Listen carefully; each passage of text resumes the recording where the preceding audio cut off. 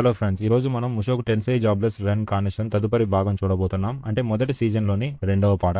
గతంలో చెప్పినట్లుగానే ఈ యానిమేషన్లో కేవలం 2 సీజన్లు మాత్రమే ఉన్నాయి, కానీ ప్రతి సీజన్లోనూ 2 భాగాలు విడుదల చేశారు. కాబట్టి ఇప్పుడు మనం చూడబోయేది మొదటి సీజన్ రెండవ భాగం. ఈ కథా ప్రారంభంలో రూడియస్ బృందాన్ని చూపిస్తారు. ఇక్కడ ఇప్పుడు రూడియస్ మనం సముద్ర తీరానికి వచ్చాం. ఇది చూసిన రూడియస్ ఇప్పుడే ఆలోచిస్తున్నాడు, అవును పుట్టినప్పటి నుండి సముద్రాన్ని చూడలేదు కదా అని. వీరు సముద్ర మార్గం ద్వారా ప్రయాణించాలని అడిగితే వారు చాలా ఎక్కువ ధనం అడుగుతున్నారు. అందువల్ల ఇప్పుడు వారు ఆ సముద్రాన్ని దాటి వెళ్ళలేక తిరిగి వచ్చేస్తున్నారు. మనం ఇప్పుడు మన వద్ద ఉన్న ప్రత్యామ్నాయాలను పరిశీలిద్దాం. ఇప్పుడు మనం ఈ ప్రయాణికులను దాటి వెళ్ళాలంటే వారు 200 బంగారు నాణేల వరకు అడుగుతున్నారు. కానీ మనం ఇన్ని రోజులు సాహసయాత్రలు చేసి సంపాదించిన ధనాన్ని చూసినా, ఇంకా ఒక సంవత్సరం పాటు సంపాదించినా ఈ మొత్తం మనకు లభించదు. ఇది విన్న ఎరిస్ అయితే మనకు వేరే మార్గం ఏముందని ఆలోచిస్తుంది. మనం యోధుడిని ఇక్కడే వదిలేసి వెళ్తామా అని అడుగుతుంది. దానికి రూడియస్ లేదు, మనం అలా చేయబోవడం లేదు అంటాడు. సరే మరి ఏం చేయబోతున్నామని ఎరిస్ అడుగుతుంది. నాకు తెలియదు, ఆలోచిద్దాం అంటాడు. ఎరిస్ కూడా, యోధుడా మమ్మల్ని మోసుకుంటూ నీటిపై పరిగెత్తావా అని అడుగుతుంది. కానీ నా వద్ద అటువంటి నైపుణ్యం లేదని అతను అంటాడు. అటువంటి నైపుణ్యం ఏదైనా ఉంటే ఉపయోగకరంగా ఉండేదని ఆమె ఆలోచిస్తుంది. రూడియస్, నన్ను క్షమించు, ఇదంతా నా తప్పే, నేను ఉండటం వల్ల మీకు చాలా ఇబ్బందిగా ఉందని అతను అంటాడు. ఇది విన్న రూడియస్ మరియు ఎరిస్ అతడిని సమాధానపరుస్తారు. అలా ఏమీ లేదు, మనం 2-3 రోజులు ఇక్కడే ఉండి ఆలోచిద్దాం, ఏదైనా మంచి మార్గం దొరుకుతుంది అంటారు. ఆ రాత్రి అక్కడే నిద్రిస్తారు. అప్పుడు ఆ మానవ దేవుడి వద్ద తిరిగి కళ్ళు తెరుస్తాడు. ఏయ్ రూడీ, నేను చూసి చాలా కాలమైంది. గసారి కలిసినప్పుడు మనది ఇదే చివరి సమావేశం అనుకున్నాను. నీవెందుకు తిరిగి వచ్చావని అడుగుతాడు. ఓ, దాని గురించి అడుగుతున్నావా? గతసారి నేను ఇచ్చిన సలహా నీకు కొంచెం కష్టంగా అనిపించి ఉండవచ్చు. నీవు దానివల్ల చాలా ఇబ్బంది పడి ఉండవచ్చు. అందుకే నీకు కొంత సమయం ఇచ్చి దాని నుండి కోలుకోవాలని చెప్పి ఆ పని ఇచ్చాను. అటువంటి పనులు అప్పగించినందుకు నాకు చాలా విచారంగా ఉంది అని ఆయన అంటారు. దానికి వాడు, దేవుడు కూడా మనం అవమానపడ్డామని ఆలోచిస్తారని ఆశ్చర్యపోతాడు. అప్పుడు ఆయన తన అసలు రూపంలోకి వచ్చి ఒక ఆజ్ఞ జారీ చేస్తారు. దగ్గరి వీధి వ్యాపారుల వద్ద పండ్లు కొనమంటారు. నేను చేసే ముందు ఎందుకు చేయాలి అనే నా ప్రశ్నకు సమాధానం చెప్పండి అంటాడు. నీకు అన్ని ఇప్పుడే చెబితే ఇక అందులో ఆసక్తి ఏముంటుంది? సరే, ఇక మనం విడిపోయే సమయం ఆసన్నమైందని ఆయన అంటారు. అరే, నీ ఇష్టానుసారం వచ్చి వెళ్తున్నావేంటి అని వాడు అంటాడు. కానీ అంతలోనే ఆయన అదృశ్యమవుతారు. మరుసటి రోజు ఉదయం ఎరిస్ మరియు యోధుడు మధ్య పోరాటం జరుగుతుంటుంది. ఆ పోరాట సమయంలో యోధుడు అకస్మాత్తుగా పరధ్యానంలో పడతాడు. ఎందుకంటే వెనుకొన్న రాయి నుండి రాక్సీ వారిని గమనిస్తూ ఉంటుంది. ఆ సమయంలో ఎరిస్ యోధుడిని దెబ్బతీస్తుంది. నేను కొట్టాను, ఖచ్చితంగా యోధుడిని కొట్టాను అని ఆమె అంటుంది. నేను కొట్టాననుకుంటా అంటుంది. నేను కూడా క్రమంగా బలపడుతున్నాను అని ఆమె సంతోషంగా తిరుగుతుంది. మన రూడేస్ ఆయన చెప్పిన చోట పండ్లు కొని ఆలోచిస్తూ ఉంటాడు. ఆయన అసలు ఏమనుకుంటున్నారు, నన్ను ఇవన్నీ చేయమని ఎందుకు చెప్తున్నారు, నేను ఆయన చెప్పినట్లే చేయాలా ఆలోచిస్తుంటాడు. అదే సమయంలో వెనుక నుండి రాక్సీ కూడా వెళ్తుంది. అక్కడ పంది లాంటి ఒక రాక్షసుడు ఉంటాడు. వారు ఆ రాక్షసుడితో మాట్లాడతారు. నాకు చాలా ఆకలిగా ఉంది, ఏదైనా తినడానికి ఇవ్వండి అని వారు అడుగుతారు. ఆ పంది నీకు ఏమీ ఇవ్వలేని చెప్పి వెళ్ళిపోతుంది. ఇది చూసిన రూడియస్, నేను ఎందుకు ఇక్కడ ఉన్నాను అని ఆలోచిస్తాడు. తదుపరి దృశ్యంలో వాడు తెచ్చిన ఆహారాన్ని అంతా ఆ చిన్న అమ్మాయి తినేస్తుంది. అప్పుడే ఆ చిన్న అమ్మాయి ఎవరినేది మనకు తెలుస్తుంది. గత సీజన్ చివరిలో చూసిన వ్యక్తి ఆమె. నీ సహాయానికి ధన్యవాదాలు తమ్ముడు, ఇది నాకు మరో ఏడాది వరకు ఆకలి వేయకుండా చూస్తుంది అనుకుంటా. నీ పేరేమిటి అని అడుగుతుంది. నా పేరు రూడియస్ గ్రేరాట్. వెంటనే ఆ చిన్నపిల్ల ఆమె తనను తాను పరిచయం చేసుకుంటుంది. నేను రాక్షస సామ్రాజ్యానికి చెందిన ఒక గొప్ప వ్యక్తిని అని చెబుతుంది. రూడియస్ సరే ఆ చిన్న పిల్లతో ఆడుకుందామని అనుకుని, అవును మహారాణి, మీరు చెప్పేదంతా నిజమే అని అంటాడు. ఇది చూసి ఆ చిన్న పాపకు చాలా ఆనందం కలుగుతుంది. అప్పుడు ఆ చిన్న అమ్మాయి తన కన్ను ఒకటి చూపిస్తుంది. అది చాలా వేగంగా తిరుగుతూ ఉంటుంది. ఇప్పుడు ఆ చిన్న పిల్ల చెబుతుంది, నువ్వు నాకు ఆహారం ఇచ్చావు కాబట్టి నేను నీ కోరిక ఒకటి తీరుస్తాను అని అడుగుతుంది. సరే అని. నాకు చాలా ఆస్తి కావాలంటాడు. దానికి అస్సలు వీల్లేదని ఆమె అంటుంది. నన్ను చూస్తే నీకు అర్థం కావడం లేదా? నేనే భోజనం కొనుక్కొని తింటున్నాను, నా దగ్గర డబ్బు గురించి మాట్లాడుతున్నావా అని అడుగుతుంది. ఆ తర్వాత ఆ చిన్నపిల్ల ఇంకా ఏమి ఇవ్వగలనా అని ఆలోచిస్తూ వెతుకుతుంది. ఆ తర్వాత ఆ చిన్నపిల్ల చెబుతుంది, నా దగ్గర ఉన్న రాక్షస కన్ను నీకు ఇస్తాను అని. సరే, మీరు ఏమి ఇచ్చినా నేను స్వీకరిస్తాను అని అతను అంటాడు. సరే, ఎలా ఇస్తారు అని అడగగానే ఆ చిన్నపిల్ల ఒకసారిగా రూడియస్ కంట్లో పొడిచి కన్ను తీసేస్తుంది. అతనికి అది జరిగిన తర్వాత చూస్తే అతనికి నిజంగానే మరొక కొత్త కన్ను వచ్చింది. నీకు ఎప్పుడు ఏ సమస్య వచ్చినా నన్ను పిలవడం మర్చిపోకు, నువ్వు పిలిస్తే మేము వస్తాము అని చెప్పి ఆ రాక్షస అమ్మాయి ఎగిరిపోతుంది. ఈ విధంగా నేను భవిష్యత్తును చూడగలిగే కన్ను పొందాను అని అతను చెబుతాడు. ఇప్పుడు అతను దానిని నియంత్రించడం తెలియక ఎలా ఉపయోగించాలో అర్థం కాక ఒక వ్యక్తిని ఢీకొంటాడు. అతను కూడా నన్నే ఢీకొంటావా అని గొడవకు వస్తాడు. అతను నెమ్మదిగా తన శక్తిని ఉపయోగించడం నేర్చుకుంటాడు. గాలి మంత్రంతో అతను వెనక్కి నెట్టేస్తాడు. అతను గొడవ పడుతున్నప్పుడే గమనిస్తాడు, పైనుండి ఒక కొండ కింద పడింది. ఇది నన్ను దీని నుండి కాపాడా అని అతను ఆలోచిస్తాడు. ఆ తర్వాత రూడియస్ ఇంటికి వెళ్ళిన వెంటనే ఇదంతా యోధుడికి వివరిస్తాడు. ఆ రాక్షస అమ్మాయి పేరు కిషిరిసు. మనం ఆమెను రాక్షసురాణి అని పిలుద్దాం. ఆ రాక్షసురానికి ఇప్పుడు 12 రకాల విభిన్నమైన కళ్ళు ఉన్నాయి. తన అనుచరులలో ఎవరిని ఎంచుకుంటుందో వారికి ఇటువంటి విభిన్నమైన శక్తివంతమైన కళ్ళని ఇస్తుందట. ఇప్పుడు నీకు కూడా ఒక కన్ను ఇచ్చింది అంటే నువ్వు కూడా ఆమె అనుచరులలో ఒకడివి అని అతను చెప్తాడు. ఇప్పుడు ఒక వారం పాటు నేను 2 రోజుల పాటు కూర్చుని దాన్ని ఎలా నియంత్రించాలో అభ్యాసం చేశాను. ఇప్పుడు 2 రోజుల పాటు వ్యాఖ్యానం ఇస్తున్నాడు. నేను నా కంటిపై ఎంత ఏకాగ్రత నిలుపుతానో అంతగా నేను ముందుకు చూడగలను, అంటే భవిష్యత్తును చూడగలను. ఇది కేవలం ఒక కంటి నియంత్రణ పైన ఉంటుంది. నేను ఎంత శక్తివంతంగా నియంత్రిస్తానో నియంత్రిస్తానో అంత ఎక్కువగా భవిష్యత్తును చూడగలనని చెబుతున్నాడు. ఇప్పుడు ఎరిస్ తో ముఖాముఖి పోరు జరుగుతోంది. ఇప్పుడే అతనికి 3 రకాల ఎరిస్లు కనిపిస్తున్నారు. అప్పుడే అర్థమవుతుంది ఈ కన్ను కేవలం సాధ్యమయ్యే పరిణామాలు చూపుదని, ఖచ్చితమైన భవిష్యత్తును చూపుదని గ్రహిస్తాడు. ఇతడు 2 సెకన్ల పాటు చూస్తే అది సాధ్యమయ్యే పరిణామాలు కాకుండా ఖచ్చితంగా చూపుతుంది. ఎందుకంటే ఇతడు తదుపరి తీసుకోబోయే ఆ 2 సెకన్ల నిర్ణయాలపైనే తదుపరి భవిష్యత్తు ఆధారపడి ఉంటుంది. కాబట్టి ఇతడు అదిగా ఆలోచిస్తే కేవలం సాధ్యమయ్యే పరిణామాలే కనిపిస్తాయి. చూస్తే ఎరిస్ చేసే ప్రతి దాడిని ఇతడు తప్పించుకుంటున్నాడు. ఆమె చేసే ప్రతి కదలికని ఇతడు కూడా అలాగే అనుకరిస్తున్నాడు. ఆమె రకరకాల ఉపాయాలు చేసినా ఏది పనిచేయదు.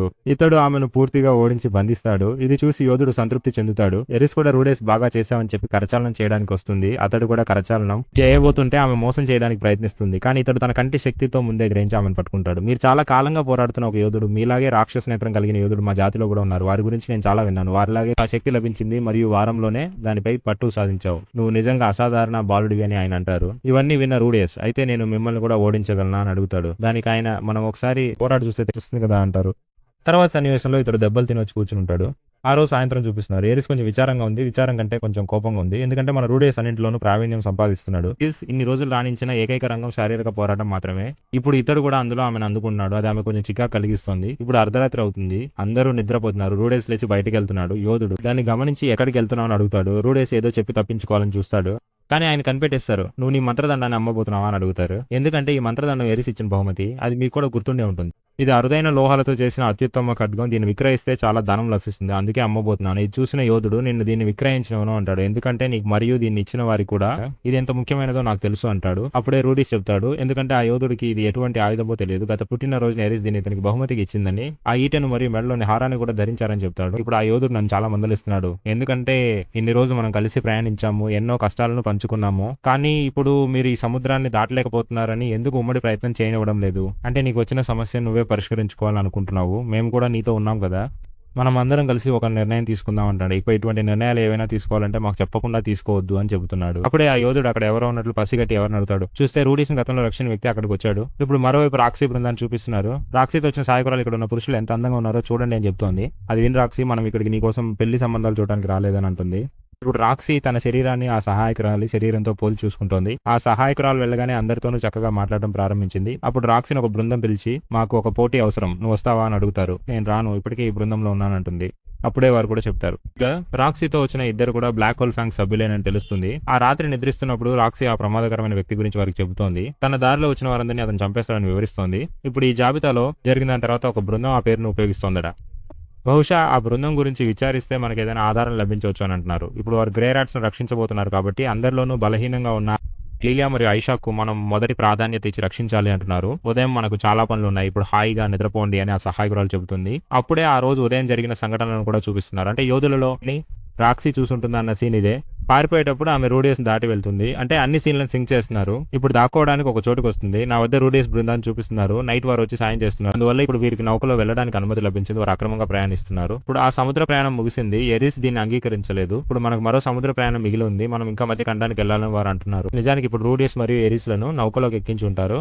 యోధుడు కింద తల కట్టుకుని తీసుకువెళ్ళి ఉంటారు. అంటే ఒక బానిసలాగా. ఎందుకంటే అందరినీ నేరుగా అనుమతించలేరు కాబట్టి అతన్ని సామాన్తో కలిపి ప్యాక్ చేసి ఉంటారు. ఇప్పుడు ఆ సామాన్తో కలిపి ప్యాక్ చేసి అక్రమమైన ఒక ప్రదేశానికి రూడియస్ వెళ్ళాడు అతన్ని తీసుకురావడానికి. ఇప్పుడు ఆ ప్రదేశంలో రూడియస్ కళ్ళ ముందు కొన్ని దారుణమైన సంఘటనలు జరుగుతున్నాయి. అది చూసి యోధుడిని కూడా పిలవబోతున్నాడు. యోధుడు నుదుటిపై రాయి ఉండటం వల్ల అతను అందరినీ పసిగట్టగలడు. నా వెంట 6 చిన్న పిల్లల్ని తీసుకొచ్చారు, కానీ అందులో ఒక అమ్మాయి వస్తుందని ఆమెను చంపేశారు. ఇప్పుడు 5 మాత్రమే ఉన్నారని వారు చెబుతున్నారు. రూడియస్ నాతో సహకరిస్తే వీరిని అందరినీ చంపి వారిని కాపాడవచ్చని అతను అంటున్నాడు. రూడియస్ ఇప్పుడు ఈ విషయంలో ఏం నిర్ణయించుకోవాలో తెలియడం లేదు. ఎందుకంటే వీరు అక్రమంగా చేసినా వీరికి సహాయం చేశారు. వీరిని చంపడానికి అతను సంకోచిస్తున్నాడు. యోధుడికి ఆగలేక ఇక జోక్యం చేసుకోవద్దు, ఇకపై నేను చూసుకుంటానని చెప్పి అతను వెళ్లి ఒకరిని చంపుతాడు. రూడియస్ ఇప్పుడు వెళ్లి ఆ చిన్న పిల్లల్ని చూస్తాడు. వారందరికీ గాయాలయ్యాయి, అందుకే వారు న్యాయం చేస్తాడు. ఇప్పుడు ఆ ప్రదేశానికి యోధుడు కూడా వస్తాడు. వచ్చి మరణించిన ఆ అమ్మాయికి నివాళులు అర్పించి రూడియస్ నేను ఆ అమ్మాయిని మాత్రం కాపాడలేకపోయాను, ఆమె అప్పటికే మరణించిందని చెప్తాడు. ఇప్పుడు రూడియస్ కూడా మృగాల భాషలో ఆ అమ్మాయిలతో మాట్లాడతాడు. నేను మిమ్మల్ని సురక్షితంగా పక్క గ్రామంలో దింపుతానని చెప్తాడు. ఇప్పుడు పైకి తప్పించుకుని వెళ్లేటప్పుడు ఆ మృగజాతి అమ్మాయి ఇలా అంటుంది, మాతో ఉన్న కుక్కను కాపాడటం మర్చిపోయారని ఆమె అంటుంది. అందుకే రూడియస్ విడిపోయి ఆ కుక్కను కాపాడతానంటాడు. యోధా నువ్వు వారిని సురక్షితంగా దింపరమ్మంటాడు. ఇప్పుడు ఆ కుక్కను కాపాడబోతున్నారు. అక్కడ ఒక రక్షణ మాయాజాలం ఉంది. ఇతని ముందు అవన్నీ ఏమీ కావు. అతను సునాయాసంగా వాటిని ఛేదించి ఆ కుక్కను రక్షిస్తాడు. ఆ కుక్క చాలా మృదువుగా ఉంది. అతను కూడా దాంతో ఆడుకుంటాడు. ఇంతలో ఆ దొంగలు తమ బృందంతో అక్కడికి చేరుకుంటారు. వారు ఇప్పుడు శబ్ద తరంగాల ద్వారా ఇతనిపై దాడి చేస్తారు. దీనివల్ల అతను ఏమీ చేయలేకపోతాడు. వారి శరీరం పూర్తిగా పక్షవాతానికి గురైనట్లయిపోతుంది. అప్పుడు వారు తమలో తాము మాట్లాడుకుంటారు. అప్పుడే వీరికి అసలు విషయం అర్థమవుతుంది. నిజానికి వారు దొంగలు గారు. ఆ క్రూర మృగం అపహరించిన చిన్నపిల్ల తెగకు చెందినవారు. రూడియస్ మిమ్మల్ని అపహరించాడని భావించి అతడిని కొట్టి తీసుకువెళ్తారు. ఈ అధ్యాయం ప్రారంభంలో రూడియస్ కనిపిస్తాడు. మీ వద్ద బంగారు నాణేలు లేవా? అయితే నా వద్దకు రండి. మీరు ఎటువంటి రుసుము గాని, ధరావత్తు గాని, అద్దె గాని చెల్లించనక్కర్లేదు. చెక్కతో చేసిన మంచం మరియు తలగడ ఇస్తారు. అయితే అక్కడ కొంచెం పేలు, పురుగులు ఉంటాయని గమనించండి. నేను ఆధునిక యువకుడినైనా ఈ స్నానాల గది నాకు నచ్చింది అంటూ ఒక రంధ్రాన్ని చూపిస్తాడు. ఆపై వారు వడ్డించే ఆహారం గురించి చెబుతూ అది చాలా రుచిగా ఉందని అంటాడు. మేము ఇంత అద్భుతంగా నిర్మించిన ఒక కారాగారంలో బందీలుగా ఉన్నామని చెబుతాడు. అతనికి వస్త్రాలు ఇవ్వలేదు. అతని వద్ద ఉన్నవన్నీ లాక్కున్నారు. అతను ఆలోచిస్తాడు, ఇప్పుడు నా మంత్రశక్తిని ఉపయోగిస్తే దీనిని సులభంగా ఛేదించి బయటకు రావచ్చు. ఇది కేవలం చెక్క మాత్రమే. కానీ ఇది చాలా దట్టమైన అడవి కాబట్టి నేను బయటకు వచ్చినా, వారిని ఎదిరించి వెళ్ళినా, ఏ దిశలో వెళ్ళాలో మరియు పట్టణానికి ఎలా చేరుకోవాలో నాకు తెలియదని ఆలోచిస్తాడు. అక్కడ ఉన్నవారు ఇతని వద్దకు వస్తారు. అతను సంజ్ఞల ద్వారా వారితో మాట్లాడడానికి ప్రయత్నిస్తాడు. నేను మీరు అనుకున్న వ్యక్తిని కాదని, మేము కేవలం రక్షించడానికి వచ్చామని చెప్తాడు. కానీ వారు ఏమీ వినకుండా మురికి నీటిని అతనిపై పోసి వెళ్తారు. అతను ఆ కారాగారంలో ఎన్ని రోజులుగా బందీగా ఉన్నాడో లెక్కిస్తూ ఉంటాడు. యోధుడు యేసు త్వరగా వచ్చి నన్ను రక్షిస్తే బాగుంటుందని అతను ఆలోచిస్తున్నాడు. అలాగే అక్కడ ఉన్న ప్రజలు ప్రతిరోజు ఏం చేస్తున్నారో కూడా అతను చూపిస్తున్నాడు. ఇక్కడ సమయం అస్తవ్యస్తంగా మారుతూనే ఉంటుంది. కానీ సమయం మారకుండా జరిగేది ఒక్కటే, అది నాపై నీళ్లు పోయడం అని అతను అంటున్నాడు. చూస్తుంటే ఇప్పుడే వచ్చిపోతున్నారు. అలాగే 3-4 రోజులు గడిచిపోతున్నాయి. అతనికి విసుగ్గా ఉన్నా చాలా ప్రశాంతంగానే ఉంటున్నాడు. అదే మనకు మంచిదని అతను అంటున్నాడు. ఇప్పుడు చూస్తే కొత్తగా ఒక ఖైదీని తీసుకొచ్చి ఇతని జైల్లో వేస్తారు. ఆ కొత్త వ్యక్తికి ఇతను దేవుడిలా కనిపిస్తున్నాడు. లోపలికి రండి యాత్రికుడా, మీకు ఇది కొత్తగా ఉన్నట్లుంది అని అంటాడు. ఆ వ్యక్తి ఏమిటి, చిన్న పిల్లాడు మనల్ని ఆట పట్టిస్తున్నాడా అని చూస్తాడు. చూసి మాట్లాడు, నేను నీకంటే ఇక్కడ ఎక్కువ కాలం ఉన్నాను కాబట్టి నేను నీకు సీనియర్ని అని అంటాడు. నువ్వు ఏ తప్పు చేసి లోపలికి వచ్చావని అతను అడుగుతాడు. నేను వీరి కుక్కను ఎత్తుకెళ్లాను, అందుకే నన్ను పట్టుకొని లోపల వేశారని రూడిస్ చెబుతాడు. రూడిస్ నువ్వు ఏం చేసావు అని అడిగితే, నేను కేవలం జూదం ఆడాను, అందుకే నన్ను పట్టుకొని వేసేసాను అంటాడు. అతను నా పేరు ఏమిటని అడిగితే రూడిస్ అని చెప్తాడు. ఆ తర్వాత అతను కూడా అడుగుతాడు, బయట నువ్వు ఎక్కడైనా ఎరిస్ అంటే ఎర్రటి జుట్టున్న అమ్మాయిని లేదా గుండు చేయించుకుని ఎవరైనా చూసావా అని. నేను ఎవరిని చూడలేదని అతను అంటాడు. ఎందుకు వారి వద్ద నీ డబ్బు ఏదైనా ఇచ్చి ఉంచావా అని అడుగుతాడు. లేదు, నాపై తప్పుడు ఆరోపణలు చేసి ఇక్కడికి తీసుకొచ్చారు, నన్ను రక్షించగల వ్యక్తులు వారు మాత్రమే అని అంటాడు. రాత్రి కావడంతో ఇప్పుడు రూడిస్ కు మసాజ్ చేస్తున్నాడు. తప్పించుకోవడానికి దారి తెలుసా, మధ్య భాగానికి వెళ్ళగలమా అని రూడిస్ అడుగుతాడు. అతను కొంచెం వేచి తొందరపడి నిర్ణయం తీసుకోవద్దని అంటాడు. అప్పుడు వారి మధ్య చిన్న గొడవ జరుగుతుంది. నేను ఓపిక పట్టింది చాలు, ఇప్పుడే వెళ్తానని రూడిస్ అంటాడు. కానీ అతను కొంచెం వేచి ఉండు, నన్ను ఒంటరిగా వదిలి వెళ్ళవద్దు అంటాడు. ఇప్పుడు చూస్తే అక్కడ రక్షక భటులు ఎవరూ లేరు. రూడిస్ దాన్ని గమనించి అతను కూడా అడుగుతాడు. చూస్తుండగానే ఆ పక్కన ఉన్న అడవి అంతా అంటుకుంది. ఇప్పుడు వీరి పంజరానికి కూడా మంటలు వ్యాపించాయి. రూడియస్ వెంటనే దాన్ని తెరిచి బయటకు వచ్చి తనతో రమ్మని చెబుతాడు. పర్వాలేదు, ఈ సామర్థ్యం వల్లే మీరు నాయకుడయ్యారని అతను కూడా అంటాడు. ఆ గ్రామంలో అసలు ఏం జరుగుతుందో ఇప్పుడు మనకు చూపిస్తున్నారు. నిజానికి అది కార్చిచ్ కాదు. అక్కడ ఉన్న దొంగలే వీరిని బంధించడానికి వచ్చారు. అంటే ఈ మృగజాతి వారిని విక్రయిస్తే అధిక ధనం వస్తుందని వారి ప్రాంతాన్ని తగులబెట్టి ఇలా అపహరిస్తున్నారు. ఇప్పుడు అక్కడ గ్రామస్తులు పడుతున్న కష్టాలను రూడిస్ చూస్తాడు. తనతో పాటు జైల్లో ఉన్న వ్యక్తి, ఇది మనకు దొరికిన మంచి అవకాశం, నువ్వు ఇప్పుడే పారిపోవచ్చు, ఏమి ఆలోచిస్తామని అడుగుతాడు. రూడిస్ ఇప్పుడు ఒక నిర్ణయం తీసుకున్నాడు. నువ్వు వెళ్ళు, నేను వీరిని కాపాడిన తర్వాతే వస్తానని చెబుతాడు. ఎందుకు కాపాడుతున్నావు అడిగితే, నాకు ఒక వారం ఉచితంగా వసతి కల్పించారని అంటాడు. మీరు ఏం చెబితే అది చేస్తాను బాస్ అని చెప్పి ఇప్పుడు వీరిద్దరు పోరాటానికి సిద్ధమవుతారు. ఇప్పుడు అతను తన శక్తిని అంతా కూడగట్టి అక్కడ ఒక పర్వతంలో తేవడానికి యత్నిస్తాడు. అది సాధ్యమై మంటలన్నీ ఆరిపోతాయి. ఇప్పుడు దొంగలు ఇతను గుర్తించి దాడికి వస్తారు. ఇక్కడ ఒక మాంత్రికుడు ఉన్నాడు, ముందు అతనిని చంపి తర్వాత మిగిలిన వారిని చూద్దాం అనుకుంటారు. కానీ అక్కడ ఉన్న యోధులకి ఈ అవకాశం కావాలి, వారు కూడా ఇప్పుడు దాడికి దిగుతారు. ఇప్పుడు ఆ స్థావరంలో ఉన్న ఒక యోధుడు ఇతనితో కలిసి పోరాడుతూ నేను మా పిల్లల్ని కాపాడబోతున్నాను, నువ్వు నాతో వస్తావా అని అడుగుతాడు. రూడియస్ సరే వెళ్దామని చెప్పి ఆ ప్రదేశానికి వెళ్తారు. వీటన్నిటికి ప్రణాళిక వేసిన నాయకుడు ఎవరో ఇప్పుడు చూపిస్తారు. నిజానికి ఇతని గతంలో రూడియస్ సహాయం చేసినాడే. ఆ రాక్షస ఖండం నుండి రూడియస్ని ఇక్కడికి తీసుకొచ్చిన వ్యక్తి దీన్ని వెనుకున్నాడు. నిజానికి నేను కూడా మీకు సహాయం చేశాను, కానీ నువ్వు ఇప్పుడు మా వెనుపోటు పొడుస్తున్నావా అని రూడియస్ని అడుగుతాడు. వారప్పుడే తమ ప్రణాళిక చెబుతున్నారు. నిజానికి రూడియస్ బృందాన్ని చిక్కుల్లో పడేసి తాము తప్పించుకోవాలనుకున్నారు. కానీ ఆ యోధుడు తొందరపడ్డాడని అతను అంటున్నాడు. అంటే ఆ యోధుడు అక్కడ ఆ చర్య తీసుకోకుండా వారిపై దాడి చేయకపోయి ఉంటే వీరే చిక్కుల్లో పడి ఉండేవారు. ఇప్పుడు అతనిపై దాడి చేయబోతున్నారు. అతను కూడా సమర్థవంతంగా ఎదురుదాడి చేస్తున్నాడు. ఆ యోధుని చేయి కూడా పూర్తిగా గాయపరిచాడు. రూడియస్ దాడి చేసే విధానం చూసిన వెంటనే ఇతనిని ఓడించడం మన వల్ల కాదని అర్థమైంది. మనం ఆ యోధుని అంత బలవంతులం కాము కాబట్టి ఇది కొంచెం కష్టమేనని అతను అంటున్నాడు. ఇప్పుడు నా ముందు 2 మార్గాలు ఉన్నాయి. ఒకటి ఇతను ఇలాగే వదిలేసి రక్షించబడటం, లేదా పోరాడి ప్రమాదాన్ని ఎదుర్కోవడం. కానీ ఇతన్ని ఎదిరించి నేను ఓడించలేనని నాకు స్పష్టంగా తెలుస్తోంది.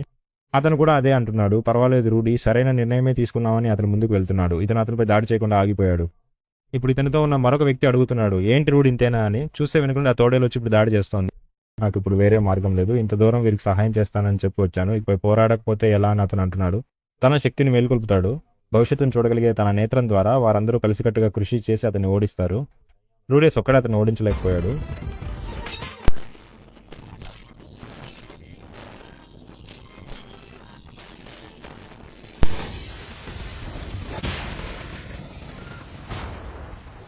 రూడీ అక్కడే స్పృహ తప్పుతాడు. తర్వాత కళ్ళు తెరిచి చూడగా అక్కడ ఎరిస్, అతను మరియు ఆ యోధుడు కూడా ఉన్నారు. ఇప్పుడు అక్కడ ఉన్నవారు మీ క్షమాపణ కోరుతున్నారు, మీరెవరో తెలియక మిమ్మల్ని బంధించామని. ఇప్పుడు అతను మా పిల్లలను రక్షించినందుకు మీకు చాలా కృతజ్ఞతలు తెలుపుతున్నాడు. రూడీ ఇవన్నీ విని చాలా కాలమైందని ఎంతో సంతోషంగా చూస్తున్నాడు. ఇప్పుడు అక్కడ యోధుల పక్షాన జరిగిన కథను వివరిస్తున్నారు. వాస్తవానికి వీరు కుట్ర పన్నారు, ఆ యోధుడు ఇదంతా చేశాడని భ్రమింపజేశారు. మొదట వీరికి మరియు ఆ భీష్మునికి మధ్య యుద్ధం జరిగే పరిస్థితులు ఉన్నాయి. కానీ అతను నిశ్శబ్దంగా ఉండటంతో వారు నిజాన్ని గ్రహించారు. అక్కడ ఉన్న పిల్లలందరినీ అతను రక్షించి తీసుకురావడంతో అందరూ ఏకమై ఆ దొంగలతో పోరాడి గ్రామానికి తిరిగి చేరుకున్నారు. ఇక్కడ జరుగుతున్న విశేషాలని మా తాతయ్యకి చెప్పాలని ఆతృతగా ఉందని ఎరిస్ అంటుంది. ఇప్పుడు తదుపరి దృశ్యంలో వారి తాతయ్యని చూపిస్తున్నారు. అక్కడ వారి తాతయ్య కంటే ఉన్నతాధికారంలో ఉన్న వ్యక్తి వచ్చి ఈ మానవ విపత్తుకు మీ కుటుంబమే కారణమని నిందిస్తున్నాడు. అంటే ఎరిస్ తాతయ్య అధికారంలో ఉండటం వల్ల మీ తప్పిదం వల్లే ఈ మానవ విపత్తు సంభవించిందని ఆయన అంటున్నాడు.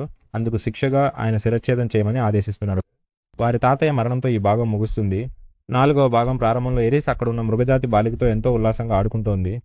తదుపరి దృశ్యంలో రాత్రి సమయం చూపిస్తున్నారు. ఎరిస్ ఆ మృగజాతి బాలికకు తన భాషను నేర్పిస్తోంది. అప్పుడు ఆ బాలిక తండ్రి అక్కడికి వచ్చి ఈ ఉంగరం మా తెగకు చెందినది కదా అని ప్రశ్నిస్తాడు. మా తెగకు చెందిన ఈ ఉంగరం మీ వద్దకి ఎలా వచ్చిందని ఆయన ప్రశ్నిస్తాడు. ఇది నా గురువు గారు ఇచ్చారని ఆమె పేరు గిలైన్ అని ఎరిస్ చెబుతుంది. ఇది విన్న వారందరూ కొంత విచారానికి లోనవుతారు. గిలైన్ చూడడానికి సరిగ్గా మీలాగే ఉంటుందని వారు అక్కడ వివరిస్తారు. ఆయన కొంత ఆగ్రహించి ఆమె మా తెగకే చెందిన ఒక దుర్మార్గురాలని మా తెగకే అవమానం తెచ్చిందని అంటారు. ఆమె తన బాధ్యతలన్నింటినీ ఇక్కడే వదిలేసి మానవులతో కలిసి సాహసాలు చేస్తానని వెళ్ళిపోయిందని ఆయన చెబుతారు. ఎరిస్ ఇవన్నీ విని ఊరుకోలేక అతడిని గద్దిస్తుంది. తొలి నుండి ఎరిస్కు గ్లైన్ ఒకతే స్నేహితురాలు. ఏ సమస్య వచ్చినా గ్లైన్ వచ్చి ఆమెను కాపాడుతుంది. అందుకే నా దగ్గర మరోసారి ఆమె గురించి ఇలా మాట్లాడవద్దని చెబుతుంది. పెద్దవారితో ఇలా మాట్లాడకూడదని ఎరిస్ ఆమెను శాంతింపజేస్తుంది. వాళ్ళు చూసిన గ్లైన్లు వేరని అతను అంటాడు. ఇక్కడ ఉన్నప్పుడు ఆమె అంతగా ఆలోచించేది కాదు. నిజంగానే అక్కడ మానవ గ్రామానికి వెళ్ళాక ఆమె అంతగా మారిపోయిందా అని ఆయన అడుగుతారు. ఆ విషయాలన్నీ నాకు తెలియదు కానీ ఆమె నేను గౌరవించే ఒక గొప్ప వ్యక్తి అని అతడు చెప్తాడు. కొంత సమయం తర్వాత ఎరిస్ ఆ ఉంగరాన్ని చూస్తూ గ్లైన్ గురించి ఆలోచిస్తూ ఉంటాడు. అప్పుడు ఆ ఇద్దరు చిన్నపిల్లలతో ఎరిస్ గ్లైన్ వారి తండ్రికి స్వయన సోదరి అని వివరిస్తాడు. ఎరిస్ ఇప్పుడు గ్లైన్ గురించిన కథలు చెబుతుంది. మానవ గ్రామంలో ఆమెను ఓడించే వారే లేరని మా కుటుంబానికి ఆమె ఖడ్గ విద్యలో నిపుణురాలను వివరిస్తుంది. ఆమె మాటలు విన్నాక ఆ చిన్నపిల్లలు కూడా ఆశ కలిగింది. గ్లైన్ నేర్పించే ఆ విద్యలన్నీ మాకు కూడా నేర్పించమని వారు ఎరిస్ను అడుగుతారు. మీ తండ్రికి ఇవన్నీ తెలియకపోతే సమస్య అవుతుంది మరొక చిన్న పిల్లవాడు అంటాడు. ఏ సమస్య రాదు, రండి చూసుకుందాం. గ్లైన్ చెప్పినవన్నీ నేను మీకు చెప్తాను, మీరు కూడా అలాగే శిక్షణ పొందవచ్చు రండి అని ఎరిస్ అంటుంది. కానీ వెనుక నుండి వారి తండ్రి ఇదంతా గమనిస్తూనే ఉంటాడు. ప్రస్తుతం వారు రూడేస్ని అడుగుతున్నారు. రూడేస్ ఆ ఖడ్గా యుద్ధాన్ని గమనిస్తూనే ఉన్నాడు. నేను ఎంత చెప్పినా ఆమె ఖడ్గా యుద్ధానికి అంగీకరించేది కాదు. ఆమెకు ఇది సరిపడదు. కానీ ఇప్పుడు ఎరిస్ ఒక్క మాట చెప్పగానే అంగీకరించింది. ఎరిస్ చెప్పినట్లుగానే ఆమె నిజంగానే నిష్ణాతురాలైంది. అంటే ఆమె తన గ్రామంలో ఖడ్గ యుద్ధ నిపుణురాలైందని ఆయన కూడా అడుగుతున్నారు. అవును, ఆమె కేవలం ఖడ్గ నిపుణురాలే కాదు, అత్యుత్తమ నిపుణురాలని రూడేస్ అంటాడు. ఇది విని ఆయన నవ్వుతూ పరిహాసమా అని అడుగుతారు. రూడేస్ కొనసాగిస్తూ ఆమె రాయడం మరియు చదవడం కూడా నేర్చుకుందని చెబుతాడు. ఆ తర్వాత రూడేస్ ఆమె వంట చేయడాన్ని చూసి నిజంగానే ఆమె నేర్చుకుందేమోనని అర్థం చేసుకుంటాడు. మనుషులు ఎప్పుడూ ఒకేలా ఉండరు, మారుతూనే ఉంటారు. మీరు చూసిన పాత గిలినా ఇప్పుడు లేదు, వారు మారుతారు అని అతను అంటాడు. ఇప్పుడు ఎరిస్ని చూపిస్తున్నారు. వారు ఈ నగరానికి వచ్చి 3 నెలలు పూర్తయ్యాయట. వర్షాకాలం కారణంగా ఇక్కడ వరదలు ఉండటంతో వారు ఇంకా తిరిగి వెళ్ళలేకపోయారు. ఇప్పుడు వర్షాకాలం ముగిపోతుందని ఆ చిన్నారి కూడా చెబుతోంది. ఇది విన్న వెంటనే ఎరిస్ సంతోషంగా బయటకు వెళ్ళి అనేక రాక్షసులను సంహరిస్తానని అంటుంది. ఆ చిన్నపిల్లలు ఎరిస్ తమతోనే ఉందని అంటారు. కానీ ఎరిస్ నాకు కూడా మీలాగే ఒక కుటుంబం ఉంది, మేము వెళ్ళాలని చెబుతుంది. ఇప్పుడు ఇక్కడ రూడేస్ని చూపిస్తున్నారు. అతను ఒక యోధుని విగ్రహాన్ని తయారు చేస్తున్నాడు. ఇప్పుడు ఆ కుక్క పిల్ల చాలా మెత్తగా ఉందని చెబుతూ అతను దాన్ని గారాబం చేస్తున్నాడు. అప్పుడే అక్కడ ఉన్న యువతి వచ్చి చెబుతుంది ఆ కుక్క వారి రహస్య జంతువులలో ఒకటి అని. ఇప్పుడు అక్కడ ఇతరులు కూడా వచ్చి ఎరిస్ని చూడమని చెబుతారు. చూస్తే ఎరిస్ ఆ చిన్నారితో సరదాగా పోట్లాడుకుంటోంది. మరుసటి రోజు ఉదయం ఎరిస్ బయలుదేరాల్సి ఉంది. అందుకే ఆ చిన్నపిల్లలు రాత్రిపూట ఎరిస్ వద్దకు వచ్చి ఉదయం గొడవ పడినందుకు క్షమించమని కోరుతూ మాట్లాడతారు. ఆ రాత్రి వారంతా కథలు చెప్పుకుంటూ సంతోషంగా ఆడుకుంటారు. మరోవైపు రూడేస్ ఆ పవిత్ర జంతువును చూపిస్తాడు. మరుసటి రోజు ఉదయం వారు ప్రయాణానికి సిద్ధమవుతారు. ఆ తెగ నాయకుడు వచ్చి యోధుడైన రూజర్డ్ని అభినందిస్తాడు. నేను మిమ్మల్ని ఖచ్చితంగా అభినందించాలి రూజర్డ్. ఈ ఏడాది వర్షాకాలం ప్రారంభానికి ముందు ఇలాంటి దాడులు జరిగాయి, కానీ ఈసారి మా వారిలో ఒక ప్రాణ నష్టం కూడా జరగలేదు. దానికి కారణం మీరే అని ఆయన అంటారు. అలాగే ఇతరుల విషయం ఎలా ఉన్నా మీకు మాత్రం ఇక్కడ ఎల్లప్పుడూ స్వాగతం ఉంటుంది. మీరు ఎప్పుడు కావాలన్నా రావచ్చు అని రూడేస్తో అంటారు. అక్కడ చూస్తే ఆ 3 పిల్లలు కలిసి ఏడుస్తూ ఉంటారు. ఇప్పుడు వారి తండ్రి ఎరిస్ను తనతో ద్వంద్వ యుద్ధం చేయమని అడుగుతారు. మానవాళి గర్వించదగ్గ ఖడ్గ వీరుడైన గ్లైన్ శిష్యురాలిగా నీ సామర్థ్యం ఏమిటో చూపమా ఆయన అంటారు. ఇప్పుడు ఆ పవిత్ర జంతువు సమక్షంలో వారి మధ్య పోరాటం మొదలవుతుంది. భీకర పోరు జరుగుతుంది అనుకున్నాను, కానీ ఒకే ఒక ఖడ్గ ప్రహారంతో ముగిసింది. ఇలా జరిగింది ఏమిటి అని ఎరిసిస్ అంటుంది. దానికి ఆయన పర్వాలేదు, నువ్వు బాగానే పోరాడావు అని చెబుతూ ఇద్దరు కరచాలనం చేసుకుంటారు. ఇంతేనా, అప్పుడే ముగిసిపోయిందా అని రూడియస్ అడుగుతాడు. ఇక వారు ఆ గ్రామం నుండి బయలుదేరుతారు. ఈ అడవిలో మీకు ఎల్లప్పుడూ ఒక స్థానం ఉంటుందని, ఎప్పటికీ మర్చిపోకండి అని వారు వీడ్కోలు పలుకుతారు. ఒక శబ్ద తరంగం నా కోసం వేచి ఉంటుందని చూస్తే ఇతనితో పాటు కారాగారం నుండి అతను కూడా వచ్చి ఎక్కుతాడు. అప్పుడే ఆయన ఆ మార్గం కథ చెబుతారు. రాక్షసరాజు యుద్ధం చేసినప్పుడు ఒక భారీ ఖడ్గంతో దాడి చేశారట. ఆ దాడిలోనే ఈ ఖండం 2గా చీలిపోయిందట. అదే సగం రాక్షస ఖండం అని చెబుతారు. ఇప్పుడు మనం వెళ్తున్న మార్గం ఆ చీలిక మధ్యలో ఉందని అతను అంటున్నాడు. రూడియస్ ఇవన్నీ ఆ కాలపు కట్టుకథలను భావిస్తాడు. అలా వస్తున్న దారిలో ఒక శిల వంటి దాన్ని చూస్తారు. దాన్ని ఒక స్మారక చిహ్నం అని అతను అంటాడు. అంటే ఈ ప్రపంచంలో ప్రస్తుతం 7 శక్తివంతమైన దైవ సమానులు ఉన్నారట. అంటే ప్రతి ఒక్కరిని దేవుడి పేరుతో పిలుస్తారు. తంత్ర దేవుడు, డ్రాగన్ దేవుడు, రాక్షస దేవుడు, యుద్ధ దేవుడు, మృత్యు దేవుడు మరియు ఖడ్గ దేవుడు. ఆ రూజోడ్ యోధుడు కూడా నేను ఈ 7 గురించి విన్నానని చెబుతాడు. వీరిని ఎదిరించి పోరాటానికే నేను శిక్షణ పొందానని అతను అంటాడు. ఈ ప్రపంచంలో అత్యంత శక్తివంతమైన దైవ సమానులు వారేనని చెబుతాడు. ఇప్పుడు ఆ 7లో 4 మాత్రమే తరచుగా అక్కడ కనిపిస్తారని అతను చెబుతున్నాడు. మన రూజర్డ్ వంటి యోధుడు కూడా ఓడించలేని వ్యక్తులు ఈ ప్రపంచంలో ఉన్నారా అని రూడియస్ ఆలోచిస్తాడు. రూడియస్తో పాటు అక్కడ చిక్కున్న మరొకరిని దింపివేసి తదుపరి పనుల కోసం బయలుదేరుతారు. ఈ రోజు రాత్రి అక్కడ ఒక హోటల్లో బస చేస్తారు. అప్పుడే ఒక నిర్మాత చెబుతారు, ఈ రాక్షస ఖండానికి వచ్చి 1.5 ఏళ్ళైందని, ఇప్పుడు ఈ కొత్త నగరంలో తమ సాహసాలను డెడ్ ఎండ్ అనే బృందంతో కొనసాగించవచ్చని. మరుసటి రోజు ప్రణాళికను అతను వివరిస్తాడు. అంటే ఇతను తన స్వగ్రామానికి లేఖ రాయాలి, అది రాస్తూనే యోధుడి విగ్రహాలను కూడా చాలా తయారు చేసి ఉంచాడు, వాటిని ఇప్పుడు ఇక్కడ ఊర్లో విక్రయించబోతున్నాడు. అంటే చాలా కథలు చెప్పి ఈ విగ్రహం దగ్గర ఉంటే ఆశ కలుగుతుందని అటువంటి మాటలు చెప్పి విక్రయిస్తాడు. రేపు నేను కూడా పోరాడతాను, నాయకత్వం ఇవ్వమని ఏరిస్ అడుగుతుంది. యోధుడిని ఆమెను చూడమంటాడు. నేరుగా చెబితే ఏరిస్ కోపగించుకుంటుందని కళ్ళతో సైగ చేసి చూపిస్తాడు. మరుసటి రోజు పాలు లేఖ రాయడానికి కూర్చున్నాడు. కానీ ఏమి రాసినా అది మరీ ఎక్కువగా ఉంటుందని భావిస్తున్నాడు. ఎందుకంటే ప్రపంచంలోనే అత్యంత భయంకరమైన మృగంతో కూడా నేను స్నేహం చేశాను, నాకు ఒక రాక్షసుడు తోడుగా దొరికాడని చెప్తే అతను నమ్ముతాడా అని ఆలోచిస్తున్నాడు. అప్పుడే అక్కడ కళ్ళ ముందే ఒక కిడ్నాప్ జరుగుతుంది. దీన్ని చూసి నేను మౌనంగా ఉండాలి, కానీ ఒక ముగింపు కోసం ఇచ్చేస్తున్నా అని చెప్పి బయలుదేరుతాడు. ఇప్పుడు వారి రహస్య స్థావరానికి చేరుకున్నాడు. అక్కడ ఉన్నవారిని దాడి చేసేటప్పుడు ముఖం కనిపించకూడదని తన దగ్గర ఉన్న వాటితో ముఖాన్ని కప్పుకుంటాడు. అక్కడ ఒక చిన్న పోరాటం జరుగుతుంది. అతను ఆ ముగ్గురిని కొట్టేస్తాడు. ఆ బృందంలో ఎవరు ఇతడిని ఎదుర్కోలేకపోతున్నారు. ఆగండి, మా నాయకుడు వస్తాడని వారు అంటున్నారు. చూస్తే నాయకుడు వచ్చేశాడు. కానీ ఆ నాయకుడు తాగి తూలుతున్నాడని ఇతను ఆలోచిస్తున్నాడు. కానీ ఆ నాయకుడు గట్టి పోటీ ఇస్తున్నాడు. గతంలో పాల్ భూమి మంత్రంతో చేసినట్లు ఇతను కూడా వారి కాళ్ళను బంధించేస్తాడు. ఆ నాయకుడు ఇతను తనలాగే యుద్ధం చేస్తున్నాడని అంటాడు. చూస్తే రూడియస్ అతడిని అడ్డుకోలేకపోతున్నాడు. మధ్యలో గోడ నిర్మిస్తాడు. దాన్ని ఛేదించి బయటకు వచ్చి రూడియస్ ముఖంపై గాయం చేస్తాడు. భవిష్యత్తును గ్రహించే శక్తి ఉండటంతో త్వరగా తప్పుకుంటాడు. కేవలం ముసుగు చిరుగుతుంది. రూడీ అని పిలవగానే తన ముఖం కనిపించకూడదని చేతులతో దాచుకుంటాడు. చూస్తే అతను తన ఖడ్గాని కింద పడేస్తాడు. ఇప్పుడు అతను కూడా రూడీ నువ్వేనా అడుగుతాడు. నేను కూడా అదే అనుకున్నాను, అందుకే నేను ఇతను ఓడించలేకపోయాను. ఈ ప్రపంచంలో నన్ను రూడీ అని పిలిచే ఏకైక వ్యక్తి ఇతనే అంటాడు. చూస్తే అక్కడ పాల్ ఉన్నాడు. ఇప్పుడు అక్కడ ఉన్న ఒక మధ్యశాలలో కూర్చుని తండ్రి కొడుకులు మాట్లాడుకుంటారు. 1.5 పైగా అయింది, నువ్వేం చేసావని తండ్రి అడుగుతాడు. ఇతను తాము చేసిన ప్రయాణం అంతా కథగా చెబుతాడు. అది విని తండ్రికి క్రమంగా కోపం వస్తుంది. ఏరా 1.5 కాలం పాటు ఇలా సరదాగా తిరుగుతున్నావా అని అడుగుతాడు. నీకంటూ ఒక కుటుంబం ఉంది కదా, వారి గురించి ఆలోచించవా? వారు ఎక్కడైనా తప్పి ఉంటారో నీకు అనిపించలేదా? వారిని వెళ్ళి కాపాడవా అని ఆయన ప్రశ్నిస్తారు. రూడియస్ కూడా అదే ఆలోచిస్తాడు. అవును, నాకంటూ ఒక కుటుంబం ఉంది, వారు కూడా తప్పి ఉంటారు కదా, నేను ఎందుకు దాని గురించి ఆలోచించలేదు అంటాడు. ఇతను వేరే చోటికి వెళ్ళినట్లే తన కుటుంబం కూడా వెళ్ళిపోయింది, కానీ ఇవేవి ఇతను ఆలోచించలేదు. ఓహో, అంటే కుటుంబ సభ్యులు తప్పిపోయినా పట్టించుకోకుండా కొత్తగా దొరికిన రాక్షస స్నేహితుడితో సరదా గడుపుతున్నావా అని తండ్రి అడుగుతాడు. అందుకే తండ్రి ఇతని బాగా తిడతాడు. ఇతనికి కూడా చాలా కోపం వస్తుంది. అప్పుడు ఆ అమ్మాయి నాయకుడితో, శాంతించండి, ఇతను చిన్నపిల్లాడు, ఇతనికి వీటి గురించి ఏమీ తెలియదు అంటుంది. కానీ ఆయన, నువ్వు పక్కకు తప్పుకో, ఇది నాకు నా కొడుకు మధ్య ఉన్న విషయం అంటారు. ఇది చూసి రూడియస్, ఏంటి ఇప్పుడు ఇంకొకరిని పట్టుకున్నారా అని అడుగుతాడు. ఇక తండ్రి భరించలేక ఒక్కసారిగా ఇతన్ని కొట్టడం ప్రారంభిస్తాడు. ఇతని వద్ద భవిష్యత్తును ఊహించే రాక్షస కన్ను ఉండటంతో దాన్ని ఉపయోగించి తండ్రి చేసే దాడులన్నింటినీ అడ్డుకుంటాడు. ఇతను కూడా నా కథలో భాగమేనంటున్నాడు. ఎవరిని నమ్మాలో అర్థం కావడం లేదు. కనిపించే వారంతా స్నేహితులాగే ఉన్న సమయం గడిచే కొద్దీ అందరూ నన్ను వెన్నుపోటు పొడిచారు. ఒకరిని నమ్మి నేను ఓడెక్కాను. తీరా చూస్తే ఆయనే శిశువు అక్రమ రవాణా చేస్తున్నాడు. నువ్వు అనుకుంటే నేను దీనికంటే మెరుగ్గా చేసేవాడినని రూడీతో వాళ్ళ నాన్న అంటున్నాడు. అప్పుడు మధ్యలో ఒక చిన్న పాప వచ్చి మా నాన్నను వదిలేమని అడ్డుకుంటుంది. అప్పుడే అతను గుర్తుకొస్తుంది ఆమె తన చెల్లెలేనని. నన్ను గుర్తుపట్టావా అని అడుగుతున్నాడు. కానీ ఆమె కూడా ఇప్పుడు మా నాన్నను కొట్టకు, మా నాన్న నుండి దూరంగా వెళ్ళని అంటోంది. అక్కడ ఉన్న వారంతా ఇతన్నే చూస్తున్నారు. అప్పుడు వాళ్ళ నాన్న అంటున్నాడు, ఆ మానవ విపత్తులో అదృశ్యమైంది నువ్వు ఒక్కడివే కాదు, చాలా మంది అక్కడ అదృశ్యమయ్యారని. అది మన గ్రామానికి కలిగించిన నష్టం చాలా ఎక్కువ అన్నారు. నువ్వు సాహసివి కదా, సాహసికుల కోసం అక్కడ కార్యకలాపాల వివరాలు ఉంచి ఉంటారు, అవి చూడలేదని అడుగుతున్నారు. ఇవన్నీ చెప్పిన రూడీస్ ఇప్పుడు సోఫీ తనను మర్చిపోయిందా అని అడుగుతున్నాడు. వాళ్ళ నాన్న అందుకు కూడా తిడుతున్నాడు, నీకు మీ అమ్మ కంటే ఆమెనే అంత ముఖ్యమా అని. మీ అమ్మ అదృశ్యమైందని ఇప్పుడే నాకు అర్థమవుతోంది. మీ అమ్మ మాత్రమే కాదు, లీలి, ఆయిషా అందరూ అదృశ్యమైపోయారు అని అంటున్నాడు. అతను ఎంత పెద్ద తప్పు చేశాడో అతనికి ఇప్పుడే అర్థమవుతోంది. అతని పాత పాఠశాల జ్ఞాపకాలని అతను గుర్తుకొస్తున్నాయి. ఇప్పుడు తిరిగి తన గదికి వచ్చేస్తాడు.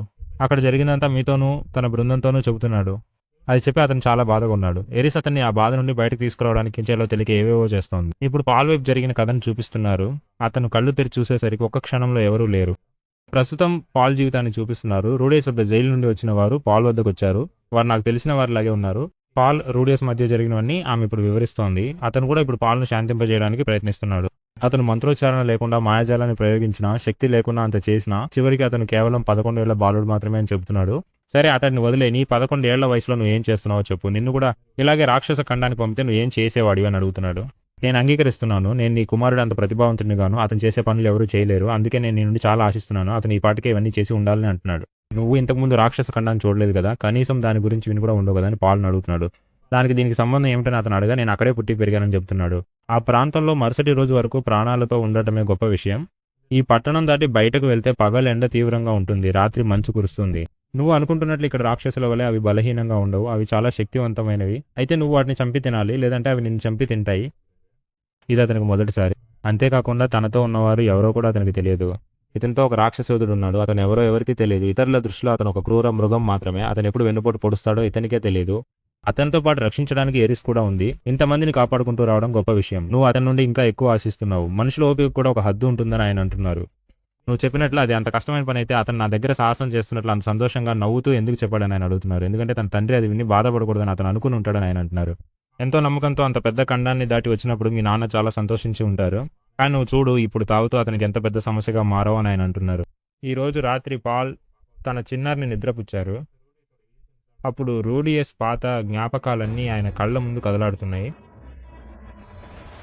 మరుసటి రోజు ఉదయం రూడియస్ను కలవడానికి పాల్ త్వరగానే అదే పార్క్ వచ్చారు. ఎరిస్ అడ్డుపడి పాల్ను వెళ్ళనివ్వడం లేదు. ప్రశ్నల మీద ప్రశ్నలు వేస్తోంది. అప్పుడు రూస్ జోర్డాన్ అనే యోధుడు ఎరిస్ను తీసుకుని బయటకు వెళ్తారు. మీరు అతను ఏమైనా చేయవచ్చు, తిట్టవచ్చు కూడా, ఎందుకంటే అది మీ కుటుంబ విషయం. కానీ మీరు తిట్టడానికి కూడా అతను ఆ రాక్షస ఖండాన్ని దాటి ఇక్కడికి ప్రాణాలతో వచ్చాడని ఆయన అంటున్నారు. ఇప్పుడు వారు నిదానంగా మాట్లాడుకోవడం మొదలు పెట్టారు. నువ్వు చెప్పిన రాక్షస మిత్రుడు ఈయన చాలా మంచి వ్యక్తిలా దయగలవారని వారు అంటున్నారు. రూడియస్ని చూసి మొదట అందరు భయపడతారు. మీకు భయం వేయలేదా అని అడిగితే, లేదు నాకు భయం వేయలేదు, ఎందుకంటే నా కొడుకును ఆయనే కాపాడారని ఆయన అంటున్నారు. సరే, తర్వాత ఎక్కడికి వెళ్తావు అని తండ్రి అడుగుతారు. ఎరిస్ నా వెంట ఉంది, ఆమె తన తాతగారి దగ్గర వదలాలని అతను చెప్తాడు. నువ్వు చెప్పే ఆ గ్రామం ఇప్పుడు ఏమీ లేదు, అంతా నాశనం అయిపోయింది. బహుశా వారి కుటుంబ సభ్యులు ఎక్కడికైనా తప్పించుకుని వెళ్ళి ఉండొచ్చు. అప్పుడు నేను వారి ఇంటికే వెళ్తానని అతను అంటాడు. అతను తిట్టడానికి వస్తున్నాడు. మీ కుటుంబమే ముఖ్యమని తనను తాను ఆపుకుంటున్నాడు. ఎరిస్ను దింపిన తర్వాత నేను వచ్చి అమ్మను చెల్లిని వెతుకుతానని అతను కూడా చెబుతున్నాడు.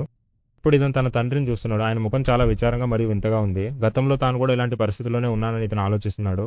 గతంలో ఇతను బడికి వెళ్లకుండా ఇంట్లోనే ఆటలాడేవాడు. అప్పుడు ఇతనిని చూడడానికి ఒక స్నేహితుడు బడి ముగిసాక వచ్చేవాడు. అతనితో కలిసి ఇతను ఆడేవాడు, కానీ ఆ స్నేహితుడు ఎప్పుడు ఓడిపోయేవాడు. అప్పుడు ఆ స్నేహితుడు మాట్లాడుతూ, నువ్వు ఇంట్లోనే ఉండి హాయిగా ఆడుకుంటూ అనుభవం సంపాదిస్తున్నావు, కానీ నాకు అలా కాదు, నేను ఇప్పుడే పాఠశాల నుండి వస్తున్నాను, నీ జీవితం చాలా బాగుంది అని అంటాడు. అప్పుడు నేను బహుశా అదిగా స్పందించి అతన్ని కొట్టి ఉండవచ్చు, కానీ ఆ తర్వాత అతను మళ్ళీ వచ్చినప్పుడు క్షమాపణ చెప్పాలని అనుకున్నాను, కానీ అతను మళ్ళీ ఎప్పుడూ రాలేదని ఇతను అంటున్నాడు.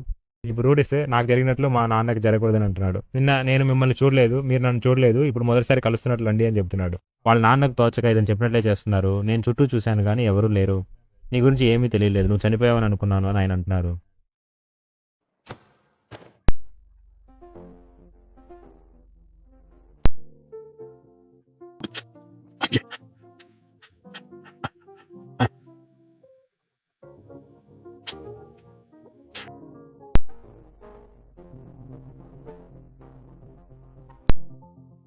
ఇప్పుడు అందరూ సరదా ఉన్నారు. రూడిస్ మిమ్మల్ని ఇంటికి తెచ్చాడు కదా అని అంటున్నాడు. నిన్ను మొదటిసారి చూడగానే ఒకే దెబ్బతో కొట్టేశాను, నువ్వు 2 ఏళ్లుగా ఆ స్థాయిలో శిక్షణ తీసుకోవడం లేదని ఆయన అడుగుతున్నారు.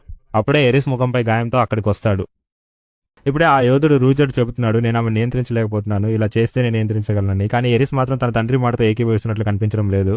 ఇప్పుడే చెబుతున్నాను, మన ప్రణాళికలన్నీ మారిపోయి మా నాన్న నాకు ధనం ఇచ్చారు కాబట్టి మనం ఇక ఎటువంటి సాహసాలు చేయవలసిన అవసరం లేదు. అదే విధంగా ఆయన గ్రామానికి వెళ్ళే పత్రాన్ని కూడా ఇచ్చారు. ఇక మనం ఎక్కడ ఆగాల్సిన అవసరం లేదని చెప్తున్నాడు. కానీ మనం అక్కడికి వెళ్ళి చెప్పడానికి ఆ గ్రామం అనేది అక్కడ లేదని అంటున్నాడు. గిల్లే గురించి ఎటువంటి సమాచారం లేదు, బహుశా వారు చెప్పబోతున్నారు. కానీ అంతలోనే ఎరిసి అడ్డుకుంటుంది. నేను కూడా అన్నింటికీ సిద్ధమయ్యాను, ఏదేమైనా చూసుకుందాం రండి. సరే అయితే రేపే మనం బయలుదేరుదాం. మన బృందానికి సమ్మతమేనా అని అడుగుతున్నాడు. రేపటి తర్వాత నీవు నీ తండ్రిని చూడలేవని రూజెడ్ యోధుడు చెబుతున్నాడు. అవును, రేపు ఒక్కరోజే మా నాన్నని చూడబోతున్నాను, కానీ నా మిగిలిన కుటుంబాన్ని రక్షించడానికి వెళ్తున్నానని చెబుతున్నాడు. ఇప్పుడు మరుసటి రోజు ఉదయం అవుతుంది, వీరు కూడా బయలుదేరుతున్నారు. రూడియస్ సోదరిని కూడా రూడియస్తో మాట్లాడమని చెబుతారు, కానీ ఆమె మాట్లాడటం లేదు. ఇప్పుడే రూజెడ్ యోధుడు వచ్చి ఆ చిన్నారికి చెబుతున్నాడు, తోబుట్టువులను ఎప్పుడూ వదులుకోకూడదని, ఏది ఏమైనా తోడుగా నిలబడాలని. రూడియస్ కూడా సరే చూసుకుంటాను, జాగ్రత్తగా ఉండండి నాన్న అంటున్నాడు. ఇప్పుడు వారి బృందం బయలుదేరుతుంది. యోధుని విగ్రహాన్ని ఇచ్చే వెళ్ళాడు. ఇప్పుడు రూడియస్తో పాటు అక్కడ కారాగారంలో ఉన్న వ్యక్తి వస్తున్నాడు. అతను కూడా బయలుదేరుతున్నట్లున్నాడు. వారు చూడని ఖండం ఒకటి ఉందట. ఇప్పుడు అక్కడికే తాను ప్రయాణించి వెళ్తున్నానని చెప్తున్నాడు. పాల్ నా కోసమే ఇవన్నీ చేస్తున్నావా అని అడుగుతున్నాడు. మన కోసమే చేస్తున్నానని చెబుతున్నాడు. ఇప్పుడు పాల్ కూడా చెబుతున్నాడు, రేపు మన మార్గం మారుతుంది, సమావేశం కోసం అందరినీ పిలవండి అని. అక్కడ మిమ్మల్ని దాటి కొన్ని క్రూర మృగాలు వెళ్తున్నాయి, అది చూసిన వెంటనే ఎరిస్ తనకి ఈ రాత్రికి భోజనం ఏమిటో తెలిసిపోయిందని చెప్పింది. అంటే వీటినే వేటాడి తినబోతున్నారనమాట. రూజర్ దగ్గరకు ఒకడు యుద్ధానికి వస్తాడు. ఈ చోటు దాటేవారు నన్ను ఓడించి వెళ్ళాలంటాడు. మీరు కూడా నన్ను ఓడించి వెళ్ళండి అంటాడు. అలాగే అతను కూడా అతడిని ఓడించాడు. ముందు వీరు కూడా అవసరం అవుతుందని ఆ రూజ్ విగ్రహాన్ని అతడికి ఇచ్చి వెళ్తారు.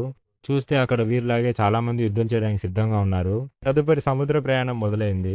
గసా రూడియస్ బాగున్నాడు, కానీ ఇప్పుడు తనకు పట్టం లేదు, ఎరిస్కు పట్టం లేదు. మన రూజెడ్ మాత్రం అలాగే కూర్చుని ఉన్నాడు. ఇప్పుడు ఈ వైపు రాక్సీ బృందాన్ని చూపిస్తున్నారు. రాక్సీ ఆ గుర్రంలో ఉన్న మృగంతో చాలా సరదాగా మాట్లాడుతోంది. పాత పరిచయం ఉన్నట్లుంది. అతను ఎవరో గుర్తుందా? గత సీజన్లో ముఖంపై గుర్తు సంపాదించుకున్నాడు అతనే. ఇప్పుడు రాక్సీ అడుగుతోంది అతని ముఖంపై ఆ గుర్తు ఎలా వచ్చిందని.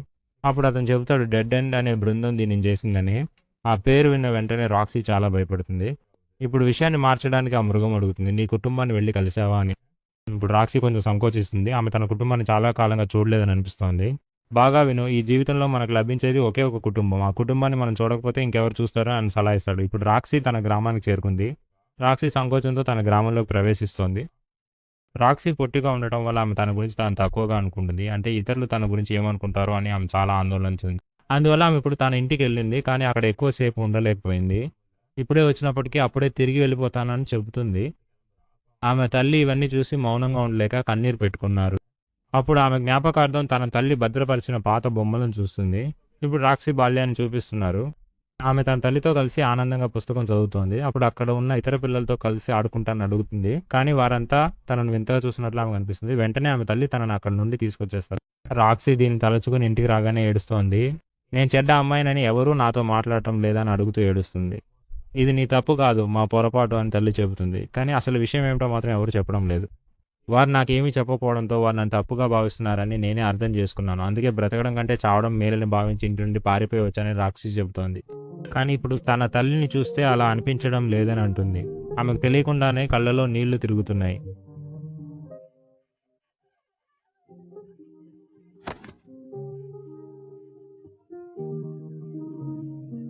ఆ రాత్రికి ఆమె నిద్రపోతుంది. మరుసటి రోజు ఉదయం లేచి తల్లిదండ్రులతో కలిసి భోజనం చేస్తుంది. అప్పుడే తను వచ్చిన కారణాన్ని తన కుటుంబానికి వివరిస్తుంది. నాకు అత్యంత ముఖ్యమైన వారు ఒక విపత్తు కారణంగా అదృశ్యమయ్యారు, అంటే తప్పిపోయారు. వారిని వెతుకుతూనే నేను ఇక్కడికి వచ్చాను.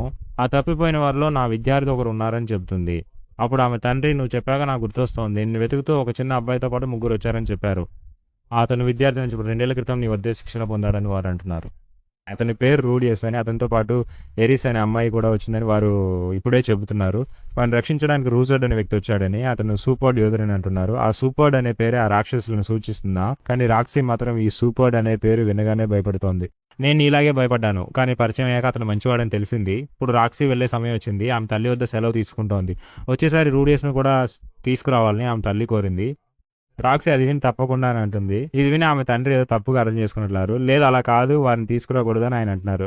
ఇప్పుడే ఆమెకు అంతా అర్థమవుతోంది. ఆ డెడ్ ఎండ్ అనే పేరును సాధారణంగా ఎవరూ ఉపయోగించరు, కానీ అది కొంచెం వివాదాస్పదమైందని వారు అంటున్నారు. వద్దనదే చేస్తాడని. వారు చెప్పింది 3 గురించి. ఆ రోజు డెడ్ ఎండ్ లో చూసిన బృందంలోనూ 3 ఉన్నందున వీరే వారు అయి ఉండాలని వారు భావిస్తున్నారు. రాక్సీ వారి ఇంటికి చేరుకుంది. ఇప్పుడు రాక్సీ బృందం జీనిత్, లీలియా, ఐషాల కోసం వెతకడానికి బయలుదేరుతుంది. ఎందుకంటే రూడియస్ సురక్షితంగా ఉన్నాడని ఇప్పుడు రాక్సీకి తెలిసింది. పైగా వారి వెంట ఒక సూపర్ యోధుడు ఉన్నప్పుడు వారికి ఎటువంటి ఇబ్బంది కలగదని ఆమె భావిస్తోంది. నిజానికి ఈ సూపర్ వల్లే పెద్ద సమస్య వస్తుంది, కానీ ఆ సమస్య ఇతనితో కలిసి తిరుగుతున్నప్పుడు ఇతనికి అంతకంటే పెద్ద సమస్య మరేది రాదని వారు అంటున్నారు. వీరు కూడా మనం అన్వేషించాల్సిన నగరాలు ఉన్నాయని వాటిని చూద్దామంటున్నారు. ఇప్పుడు రూడియస్ ఆ మ్యాన్ గైడ్ వద్ద కళ్ళు తెరుస్తాడు. హలో, ఎలా ఉన్నావు? నిన్ను చూసి ఏడాది అయిందంటారు ఆయన. ఇక నిన్ను చూడనని, నిన్ను మర్చిపోవాలనుకున్నానని రూడియస్ అంటాడు. కానీ ఒకటి మర్చిపోకు, నీకు ఆ రాక్షసుడు దొరకడానికి కారణం నేనే అంటారాయన. నిజానికి ఆయనే ఆహారం తెమ్మని చెప్పి ఉంటారు. వాడు వచ్చే దారిలోనే ఆ రాక్షసులను చూసి ఉంటాడు. అవును, అంతగా చెప్పినప్పుడు ఇంకాస్త వివరంగా ఏం చేయాలో చెప్పి ఉంటే నేను ఆ జైల్లో అలా చిక్కుకునేవాడిని కాదని వాడు అంటాడు. అదేవిధంగా మా తండ్రి నుండి ఈ స్థాయిలో తిట్లు తిని ఉండేవాడిని కాదని వాడు అంటాడు. మొత్తం కథని నీకే చెప్పేస్తే ఆ తర్వాత నాకు అందులో చూసే వినోదం ఏముంటుందని ఆయన అంటారు. ఇప్పుడు రూడియస్ కూడా అడుగుతాడు, నీ సలహాలు సరే, ఇప్పుడు నేను అడిగేదానికి సమాధానం చెప్పు. నా కుటుంబం ఎక్కడుంది, వారిని కాపాడగలనా అని అడుగుతాడు. అది చెబుతాను, ముందు నేను చెప్పేది ఒకటి చేయమని ఆయన అంటారు. అంటే నేను చెప్పేదంతా నువ్వు చేస్తే నేను మిమ్మల్ని కాపాడవచ్చు అని ఆయన అంటారు. ఇప్పుడు ఆయన తన ఆజ్ఞని ఇచ్చే స్థాయికి వస్తారు. ఇప్పుడు నువ్వు ఈ విధంగా ఒక కొత్త రాజ్యానికి వెళ్ళబోతున్నావు. అక్కడ నీ కళ్ళ ముందే ఒక చిన్న పాపను వారు అపహరిస్తారు. ఆమె నువ్వు కాపాడు, కానీ ఏ పరిస్థితిలో నీ నిజమైన పేరును ఆమెకు చెప్పకు. ఆమెను కాపాడిన విషయం గురించి లేఖ రాసి మీ తండ్రికి పంపించు. అది మాత్రం నువ్వు సరిగ్గా చేస్తే ఐషా మరియు లీలియా ఇద్దరిని నువ్వు కాపాడవచ్చని ఆయన అంటారు. వాడు ఎందుకు ఏమిటి అని ఆలోచించేలోపే హఠాత్తుగా అక్కడ కళ్ళు తెరుస్తాడు. ఇప్పుడు వారు ఆ కొత్త గ్రామానికి చేరుకున్నారు. నిజానికి ఇది షీరోన్ యొక్క రాజధాని అట. ఇప్పుడే ఎరిస్ తన గురువు ఇక్కడే ఉన్నారా అని రాక్సీ గురించి అడుగుతోంది. రూడేస్ కూడా అదే ఆలోచిస్తున్నాడు. ఇది రాక్సీ నివసించే గ్రామం. ఒకవేళ నా 2 చెల్లెళ్ళు ఇక్కడే ఉంటే వారు ఖచ్చితంగా రాక్సీని కనుగొని ఉండేవారని అతను భావిస్తున్నాడు. తాను ఇక్కడికి వచ్చినట్లు రాక్సీకి తెలియజేయడానికి రూడీస్ ఒక లేఖ రాసి దాన్ని రాజభవనానికి పంపమని చెప్పాడు. ఆ మానవ దేవుడు చెప్పిన ప్రదేశానికి ఎలా వెళ్లాలో రూడేస్ ఆలోచిస్తున్నాడు. అతను మార్కెట్ గుండా వెళ్తుండగా ఎవరు తనను వెంబడిస్తున్నట్లు అతనికి అనిపించింది. నిజానికి అతను రాజభవనంలోని ఒక పరిచారికకు ఆ లేఖ ఇచ్చాడు. ఆమె తను వెంబడిస్తుందని అతనికి అనిపించింది. ఇప్పుడు ఆమె నుండి తప్పించుకోవడానికి అతను సందులో గుండా వెళ్ళి ఆ దారిని మూసివేస్తాడు. అప్పుడే అతనికి గుర్తుకొచ్చింది, ఈ దృశ్యం తన కళ్ళలో ఆ మానవ దేవుడు చూపించిన దృశ్యమేను. అక్కడ చూసే సరిగ్గా అదే దృశ్యం 2 వ్యక్తులు తన చెల్లెల్ని బంధించి ఉంచారు. అప్పుడు ఒక రక్షక భటుడు, నువ్వు అనుకుంటున్నట్లు ఇది నేరం కాదని చెప్తాడు. కానీ ఇది చూడటానికి నేరంలాగే ఉందని రూడేస్ అడుగుతాడు. అప్పుడు ఆ చిన్నారి రూడేస్ వెనుక దాక్కుని నన్ను ఎలాగైనా ఇక్కడ నుండి రక్షించి తీసుకెళ్ళమని వేడుకుంటుంది. ఇది విన్న రూడేస్ ఊరుకుంటాడా? వారిద్దరిని కొట్టి పంపేస్తాడు. వారు తమ వద్ద ఉన్న ఇళ్లతో ఇతర రక్షక భటులను అప్రమత్తం చేస్తారు. ఇప్పుడు రక్షక భటులందరూ అతన్ని చుట్టుముడతారు. ఆ చిన్నారిని మాకు అప్పగించు, మేము నిన్నేమీ చేయమని వారు అంటారు. అప్పుడు అతను ఒక పెద్ద మట్టి గోడను నిర్మించి అక్కడ నుండి తప్పించుకుంటాడు. అతని చెల్లెలు చాలా చురుగ్గా ఉంది. నా పేరు ఐషా గ్రే ర్యాట్, నన్ను రక్షించినందుకు ధన్యవాదాలని ఆమె చెబుతుంది. ఆ మానవ దేవుడు చెప్పిన కారణంగా అతను తన అసలు పేరు చెప్పలేక ఏదో పేరు చెప్తాడు. ఇప్పుడే ఆ చిన్నారి చెబుతోంది తన తల్లి ఆ రాజభవనంలో పనిచేసిందని, అందుకే దీని గురించిన వివరాలన్నీ తన తండ్రికి చెబుతానని తన తండ్రికి లేఖ రాశారా అని అడుగుతోంది. అప్పుడే రూడియస్ గ్రహిస్తాడు, నిజానికి ఆమె మీ తండ్రికి మీ రాజభవన్ నుండి లేఖ రాసింది. అది అక్కడ కావాలి వారు చూశారు, అందుకే నిన్ను బంధించారు. అయితే నీకు అలా లేఖ రాయడానికి కేవలం కాగితం మాత్రమే కాదు, కొంత ధనం కూడా అవసరమవుతుందని రూడియస్ అంటాడు. లేదు, నాలాంటి చిన్నపిల్ల అందంగా నవ్వితే చాలు, ఆ ధనం ఏమీ అవసరం లేదని, సందేశం దానంతటా అదే వెళ్తుందని మా అమ్మ చెప్పిందని ఆమె అంటుంది. దానికి అతను అది మీ అమ్మ విషయంలో నిజం కావచ్చు అని అంటాడు. ఇప్పుడు రూడియస్ అడుగుతాడు, నీకు చెప్పుకోవడానికి వేరే బంధువులు ఎవరు లేరా అని, తండ్రి మాత్రమే ఉన్నారని, ఆయన కూడా బయట ఉన్నారని ఆమె చెబుతుంది. నీకు అన్నదమ్ములు ఎవరూ లేరా అని అడిగితే ఒక అన్న ఉన్నాడు కానీ అతడిని నమ్మలేనని అంటుంది. ఇప్పుడు ఆ పాప మీ అధికారిక నామధేయం ఏమిటో చెప్పమని అడుగుతుంది. అది ఒక చిన్న రహస్యం అని రూడియస్ అంటాడు. నా బృందం పేరు డెడ్ ఎండ్ అని, అందులో నా పేరు ఇదని ఒక పేరు చెప్తాడు. ఇప్పుడు తన బృందానికి దీని గురించి వివరిస్తున్నాడు. నా సోదరు ఉన్నప్పుడు నా అసలు పేరును ఉపయోగించవద్దని చెప్తాడు. అప్పుడు ఎరిస్ ఎందుకు అని అడుగుతుంది. ఆమె నా గురించి తప్పుగా అర్థం చేసుకుందని, అందుకే నేను ఆమెకు సరిగ్గా వివరించాలని అతను చెబుతాడు. అప్పుడు ఎరిస్ అంటుంది, నాకైతే అలా అనిపించడం లేదని, నువ్వు ఏ కోణంలో చూసినా మంచివాడిగానే కనిపిస్తున్నావని. ఇది విని రూడియస్ నవ్వుతాడు. మరుసటి రోజు ఉదయం వారి నివాసానికి ఒక రాజప్రతినిధి ఇచ్చేశారు. రూడియస్ ఎందుకని ప్రశ్నించగా, రాక్సీ మిమ్మల్ని రమ్మన్నారని ఆమె సమాధానం ఇచ్చింది. దాంతో అతను ఉత్సాహంగా బయలుదేరాడు. అప్పుడు ఎరిస్ గట్టిగా జాగ్రత్తగా వెళ్లి రమ్మని కేక వేసింది. ఆ చిన్నారి నిద్రిస్తున్నందున అది వినిపించలేదు. రాక్సీ మీ గురించి ఎంతో గొప్పగా చెప్పింది. ఈ ప్రపంచంలో ఆమె చూసిన ఏకైక మీద మీరేనట. మీరు నిశ్శబ్ద మంత్ర తంత్రాలను ప్రయోగిస్తారని విన్నాను అని ఆమె అంది. వారు రాజప్రసాదంలోకి ప్రవేశించగానే ఆమె అతడిని రహస్య మార్గంలో తీసుకువెళ్ళింది. అక్కడ ఉన్న ఆ ఇద్దరు సైనికులు నిన్నటి వారేనని అతను వెంటనే గుర్తించాడు. అతని మంత్రదండాన్ని కూడా బయట ఉంచమన్నారు. లోపలికి వెళ్ళగా అక్కడ ఒక చిన్న బాలుడు ఉన్నాడు. అక్కడే ఆయిషా తల్లిని బంధించి ఉంచారు. రాక్సీ ఎక్కడని అతను అడగా వారు అతన్ని బంధించారు. అతను లేచి తన మంత్రశక్తిని ఉపయోగించడానికి ప్రయత్నించాడు, కానీ వారు అతన్ని ఒక మంత్ర కవచంలో బంధించారు. అప్పుడు అతను ఎవరెవరిని ప్రశ్నించాడు. అతను తాను ఈ రాజ్యపు 7వ రాజకుమారుని అని చెప్పాడు. ఇది నిజానికి రాక్సీని బంధించడానికి నిర్మించానని, కాబట్టి దీనిని తప్పించుకోవడం నీకు అసాధ్యమని అన్నాడు. నేను ఒకటి చెప్తాను, నిన్న జరిగిన దానికి నన్ను క్షమించు, దానికి బదులుగా నన్ను ఒకసారి రాక్సీని చూడనివ్వు అని అతను కోరాడు. అప్పుడు ఆ రాజకుమారుడు రాక్సీ ఇక్కడ లేదని చెప్పాడు. నిన్న నీ లేఖ చూశానని, రాక్సీ ప్రేమికుడు ఈ నగరంలో ఉన్నాడంటే ఆమె తప్పక వస్తుందని అన్నాడు. రూడియస్ నన్ను ప్రేమికుడిగా భావిస్తున్నావా అని అడిగాడు. ఓ, నువ్వు కాదా అని అతను ప్రశ్నించాడు. వాస్తవానికి రాక్సీ ఈ రాజ్యాన్ని వదిలి పారిపోయిందని ఇక్కడ అందరూ అనుకుంటున్నారు. అందుకే ఆమెను తిరిగి రప్పించి నిన్ను ఎరగా చూపి బంధించబోతున్నానని అతను చెప్తున్నాడు. ఆమెను ఇక్కడికి తెచ్చి ఇదే మంత్రాలయంలో బంధించి రోజంతా నా ఖైదీగా ఉంచుకుంటానని అంటున్నాడు.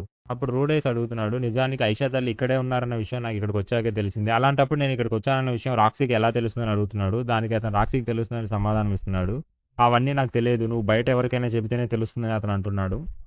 ఇప్పుడు రూడేస్ని కింద బంధిస్తాడు. అప్పుడే సైనికులు వచ్చి ఐషా ఇంకా దొరకలేదని చెప్తారు. త్వరగా వెళ్ళి వెతకండి, మరికొంతమంది రక్షక భటులను తీసుకెళ్ళండి అని అతను ఆజ్ఞాపిస్తాడు. కింద రూడేస్ నేను ఎక్కడ తప్పు చేశానని ఆలోచిస్తున్నాడు. అతను చెప్పినట్టే చేశాను, చెల్లిని కాపాడాను, నా పేరు చెప్పలేదు, మరి ఎందుకు ఇలా జరుగుతోంది, బహుశా ఇదంతా ఇలాగే జరగాలని ఉందేమో. ఈ భాగం ప్రారంభంలో పాల్ కుటుంబాన్ని చూపిస్తారు, అంటే గతంలో జరిగినది. అక్కడ మంత్రశక్తి విస్ఫోటనం జరుగుతుంది. అది చూసి ఆ చిన్నపిల్ల చాలా అందంగా ఉందని అంటుంది. ఆ విస్ఫోటనం క్రమంగా పెద్దదవుతుంది. ఐషా తల్లికి ఏదో కీడు జరుగుతుందని అనిపించినట్టుంది. వెంటనే ఆమె ఐషాను గట్టిగా పట్టుకుంటుంది. ఆ విస్ఫోటనం తర్వాత ఇప్పుడు రూడేస్ని చూపిస్తారు. గత భాగంలో జరిగిన కథ ఇది. ఈ రోజు మనం షిరోన్లోని ఒక భవనంలో ఉన్నామని అతను చెబుతున్నాడు. నివాసం లేదు, అద్దె లేదు, ఏమీ లేదు. ఈ గదిలో ఏమీ లేదని మీరు అనుకోవచ్చు. అవును, నిజంగా ఏమీ లేదు. మీరు ఈ గృహంలోకి వస్తే చాలు, ఇక్కడ ఒక రక్షణ కవచం మిమ్మల్ని నిరంతరం కాపాడుతుంది. అదేవిధంగా మీరు బయట నుండి లోపలికి వెళ్ళలేరు, లోపల నుండి బయటికి రాలేరు. ఇది అన్ని మంత్రాలను నిర్వీర్యం చేస్తుంది. ఇప్పుడు త్వరగా రండి, రుజాడ్ మీకోసమే వేచి చూస్తున్నాడు. తలుపు తెరుచుకుంది. అక్కడ నుండి ఒక వ్యక్తి వచ్చి తాను జానబా అని 3వ రాజకుమారుడిని అని చెప్పాడు. నీ పేరేమిటని అడిగాడు. నా పేరు రూడియస్ గ్రేరైట్ అని అతను చెప్పాడు. వస్తువులన్నీ అప్పటికే తీసి ఉంచినట్లున్నారు. అప్పుడు అతను ఇతని వద్ద ఉన్న ఒక విగ్రహాన్ని చూశాడు. ఈ విగ్రహాన్ని ఎక్కడి నుండి తీసుకొచ్చావని అతను ప్రశ్నించాడు. నాకు సరిగ్గా గుర్తులేదు, రాక్షస ఖండం నుండి వస్తున్నాను, అక్కడెక్కడో కొని ఉంటాను. అవును, అది అక్కడిదే అని నాకు తెలుసు. దీన్ని ఏ రాక్షసుడు అమ్మాడో, ఎవరు సృష్టించారో తెలుసా? నాకు తెలియదు, నచ్చి కొన్నాను. సరే, ఈ ఆకృతి నీకు గుర్తుందా అని అడుగుతూ మరొక విగ్రహాన్ని చూపిస్తాడు. అప్పుడు అతను వివరిస్తాడు, దీన్ని ఒకసారి ఇక్కడ మార్కెట్లోనే కొన్నామని చెబుతాడు. అంటే ఆ 7వ రాజకుమారుడు దీన్ని కొన్నాడు, కానీ అతనికి దీని విలువ అస్సలు తెలియదు. అప్పుడే అతను ఆ శిల్పిని, ఆ విగ్రహాన్ని తయారు చేసిన వారిని ఎంతో ప్రశంసిస్తాడు. ప్రతి తాడు, ప్రతి దారం, వస్త్రంలోని ప్రతి కదలిక కూడా గాలికి అనుగుణంగా వంగి ఉన్నాయని అతను వివరిస్తాడు. ఈ విగ్రహం విడదీయదగినది. అంటే లోపల తెరిచి కూడా చూడవచ్చా? దీన్ని చేసేవాడు అద్భుత మేధావి అంటున్నాడు. రూడీ సంతోషిస్తూ తన కష్టం వృధా కాలేదని ఇతడైనా ఆ వివరాలను గమనించాలని అనుకుంటాడు. అంటే అతను అక్కడ దాచి ఉంచిన ప్రతి రహస్య వివరాలను ఇతను కనుగొన్నాడు. ఇప్పుడు రోడెన్ నిశితంగా గమనిస్తూ విగ్రహంలో ఒక చిన్న లోపం ఉందని, ఒక చోట ఉండవలసిన గాయం గుర్తు కనిపించడం లేదని అంటాడు. అది విగ్రహానికి వికృతంగా ఉంటుందని నేనే తొలగించానని అతను చెబుతాడు. అది విని రూడియస్ తీవ్రంగా స్పందిస్తూ అది నీకు వికృతంగా ఉందా అని అడుగుతాడు. అప్పుడే అతను గమనిస్తాడు అది ఆ విగ్రహ కళాత్మక శైలి అని. ఇప్పుడే అతను దానిని గుర్తించాడు. అతను ఆవేశంగా ఉన్నాడు. ఇది చూశాక 2 రోజులు అతనికి తన పాత ప్రపంచం వారే గుర్తొస్తారడా. ఇప్పుడు ఆ సన్నివేశం ముగిసి మరోవైపు ఎరిస్ బృందాన్ని చూపిస్తున్నారు. అక్కడ ఉన్న సైనికులు వివరిస్తూ ఈ 7వ యువరాజు తమ కుటుంబ సభ్యులందరినీ బందీలుగా ఉంచాడని చెప్తారు. అందుకే వారు అతను చెప్పిన దానికి వ్యతిరేకంగా ఏమీ చేయలేకపోతున్నారు. రూడియస్ కూడా అతని వద్ద చిక్కున్నాడని వారు చెబుతారు. కాబట్టి తమ కుటుంబాన్ని రక్షించడానికి సహాయం చేయమని కోరుతారు. ఇప్పుడు వారు 2 బృందాలుగా విడిపోతారు. ఎరిస్ ఆ చిన్న పిల్లవాడిని సంరక్షిస్తుంది. రోజు ఇప్పుడు ముందుకు వెళ్తున్నాడు. ఆ సైనికులు తాము దారి చూపిస్తామన్నాడుగా, దాని అవసరం లేదని అతను అంటాడు. నేను ఇప్పటికే మిమ్మల్ని కనుగొన్నానని తన నుదుటిపై చేయి వేసి చూపిస్తాడు. నిజానికి అతని నుదుటిపై ఉన్న ఆ ఎర్రటి పచ్చ రథం సాధారణమైనది కాదు. ఇప్పుడు రూడీస్ ఏమంటున్నాడంటే, మీ మధ్యలో ఈ కవచం మాత్రమే అడ్డుగా ఉంది. దీన్ని మీరు తొలగిస్తే రాక్షి విగ్రహంలో జరిగిన ఆ తప్పు నేను మళ్ళీ సరిదిద్దుతానని చెబుతాడు. అతను అంతా వెతికి చూస్తాడు. దారి లేకపోవడంతో త్వరగా వెళ్లి తెలిసిన వారిని తెస్తానని చెప్పి అక్కడి నుండి వెళ్ళిపోతాడు. ఆ రాత్రి అత్యవసర పరిస్థితి అని ప్రకటించడంతో సైనికులందరూ అటు ఇటు పరుగులు తీస్తున్నారు. ఇక్కడ అసలు ఏం జరుగుతుందని ఎరిస్ ఆరా తీస్తుంది. అప్పుడు రూడియస్ సోదరి వివరిస్తుంది. నిజానికి ఇది ఒక దైవిక సామర్థ్యం. ఆ బాలుడి శక్తి కేవలం శారీరక బలం మాత్రమే.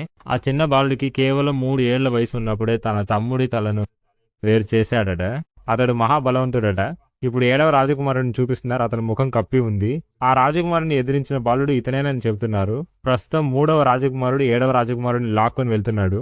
ఇది రాజకుమారుల మధ్య జరుగుతున్న పోరాటం కావడంతో సైనికులు ఏమీ చేయలేకపోతున్నారు. అతని రూడీస్ ముందుకు తీసుకొచ్చి బెదిరిస్తున్నాడు.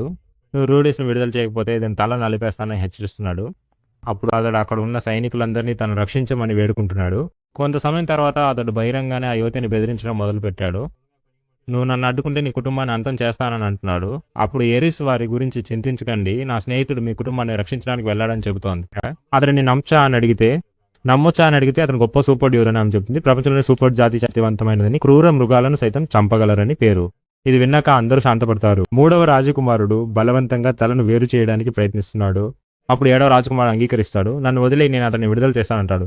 అయినప్పటికీ నువ్వు చేసిన తప్పుకు నిన్ను వదిలిపెట్టని అతని చేతిని విరిచేస్తాడు. మీరు ఎందుకింత బలహీనులు, చిన్న దెబ్బకే చేయి విరిగిందని అతను ఎగతాళి చేస్తున్నాడు. కొద్ది సమయం తర్వాత రూజర్ వెళ్లి వారందరినీ రక్షించి తీసుకొస్తాడు. అప్పుడు రూడియస్ వివరిస్తాడు.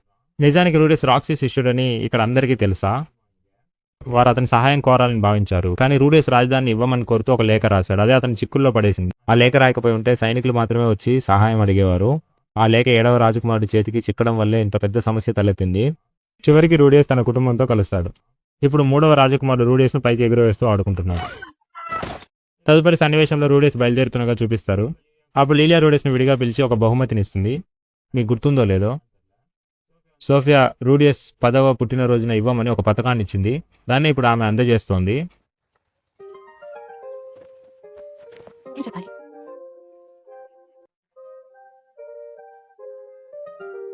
ఆయిషా మీ పట్ల ఎప్పుడూ తప్పుగా ప్రవర్తించలేదని ఆమె అడుగుతుంది. లేదు, ఆమె చాలా మంచి అమ్మాయి మరియు చాలా తెలివైనదని అతను చెబుతాడు. ఇప్పుడు రూడియస్ సోదరు వచ్చి తాను కూడా మీ ప్రయాణంలో భాగస్వామిని అవుతానని అంటుంది. ప్రస్తుతం నేను చిన్నపిల్లని కావచ్చు, కానీ పెరిగిన తర్వాత నేను చాలా అందమైన అమ్మాయిగా మారుతాను, మీకు ఎంతో ఉపయోగకరంగా ఉంటానని ఆమె చెబుతుంది. దీని విన్న రూడియస్ లీలియా ఇంకేమేమి చెప్పిందో తెలియదని ఆలోచిస్తాడు. రూడియస్ తలపై ఒకటి కొట్టి ఈ వయసులో ఇవన్నీ మాట్లాడకూడదు, ఇవన్నీ తప్పని చెబుతాడు. ఇప్పుడు నా వద్ద ఉన్న $1 వంటి ఒక పెద్ద పథకాన్ని తీసిస్తాడు. ఇప్పుడు వారి బండి బయలుదేరుతుంది. వెళ్ళి వస్తాను రూడియస్ అని చెబుతూ ఆమె తన సోదరుని పిలుస్తుంది. ఇది విన్న రూడియస్ మరియు అతని తల్లి ఇద్దరు తీవ్ర దిగ్భ్రాంతికి లోనవుతారు. కానీ తమ కుమార్తె ఇంత పరిణతితో ఉందని తెలిసి ఆ తల్లి ఎంతో గర్విస్తుంది. ఎరిస్ కూడా అదే అంటుంది, ఈమె చాలా తెలివైనదిలా ఉందని. ఎక్కడ పొరపడ్డాను అని రూడియస్ ఆలోచించాడు. ఇప్పుడు చూపిస్తున్నారు ఆ 3వ రాజకుమారుడు జానబా కూడా వస్తాడు. అంటే తన ఉన్నత చదువుల కోసం వెళ్తున్నానని తన రాజ్యంలో చెప్పి రూడియస్ అనుసరిస్తూ వస్తాడు. దీంతో 9వ భాగం ముగుస్తుంది. ఇప్పుడు 10వ భాగం ప్రారంభంలో చూపిస్తున్నారు. రూజర్ దెబ్బలు తిని కింద పడి ఉన్నాడు. ఎప్పుడు ఇలాంటి విషయాలు చాలా హఠాత్తుగానే జరుగుతుంటాయి. మన తల్లిదండ్రులు, తోబుట్టులు అందరినీ ఒక్కసారి కోల్పోతాము. ఒక వాహనం వచ్చి మనల్ని అకస్మాత్తుగా ఢీకొంటుంది. నీ విన్నాళ్ళు కష్టపడి జీవించిన జీవితాన్ని అది వద్దని తృణీకరిస్తుంది. అక్కడ నుండి మనం పునర్జన్మ పొందుతాము. కొత్త లోకంలో తండ్రే వెళ్ళగొడతాడు. అక్కడ నుండి అకస్మాత్తుగా బయటపడాలి. మగవాడికి మగవాడే తోడు. నీవెవరైనా సరే, ఒకటి మాత్రం నిజం, కొన్నిసార్లు మరణం సహజం అంటాడు. అకస్మాత్తుగా ఇలా చూపిస్తున్నారు. ఇదేమిటో తెలియదు. ఇప్పుడు సాధారణ కాలక్రమంలోకి వస్తారు. యోధురాలు ఎరిస్ చక్కగా పోరాడుతోంది.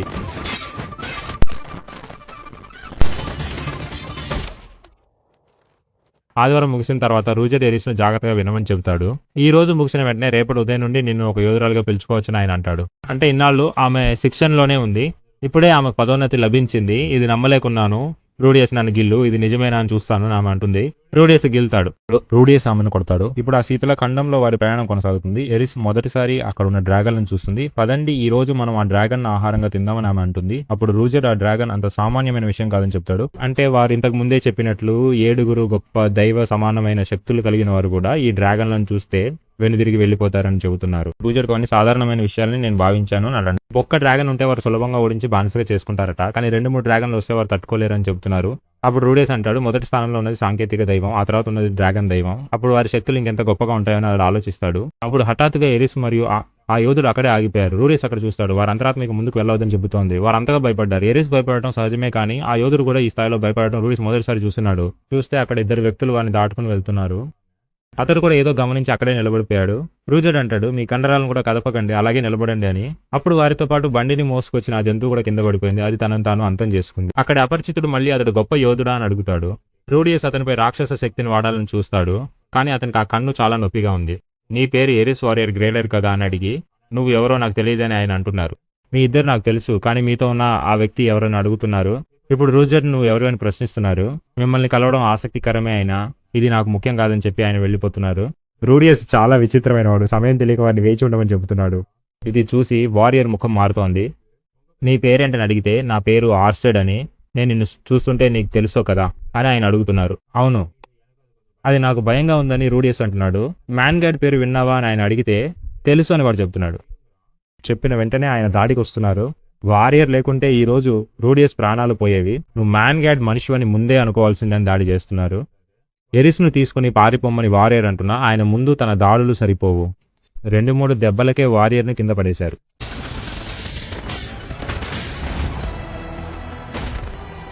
ఇప్పుడు ఎరిస్ అడ్రాగా ఆమెను కూడా పక్కకు విసిరేశారు. ఇప్పుడు రూడియస్ పొట్టన ఆయన పట్టుకుంటున్నారు. రూడియస్ రక్తం కక్కుకుంటూ కింద పడిపోతున్నాడు. ఇప్పుడు నువ్వు మానవ దేవుడిని కలిసినప్పుడు నేను చెప్పినట్లు ఆయనకు చెప్పు, డ్రాగన్ దేవుడు ఈ యుద్ధాన్ని ముగించబోతున్నాడని ఆయనకు తెలియజేయమని అతను అంటున్నాడు. ఇప్పుడు ఎరిస్ ఒక చిన్న అవకాశం కల్పిస్తుంది. ఈ పరధ్యానాన్ని వాడుకుని రూడియస్ శక్తివంతమైన దాడి చేస్తాడు. మంత్రోచ్చారణ లేకుండానే దాడి చేసేంత శక్తిని నీకు మానవ దేవుడు ఇచ్చాడని అతను అడుగుతాడు. డ్రాగన్ దేవుడు శక్తిని వాడతాడు. దానివల్ల రూడియస్ తన మాయాజాలాన్ని వాడలేకపోతాడు. ఇప్పుడు రూడియస్ తన శక్తిని కూడగట్టి పెద్ద విస్ఫోటనాన్ని కలిగిస్తాడు.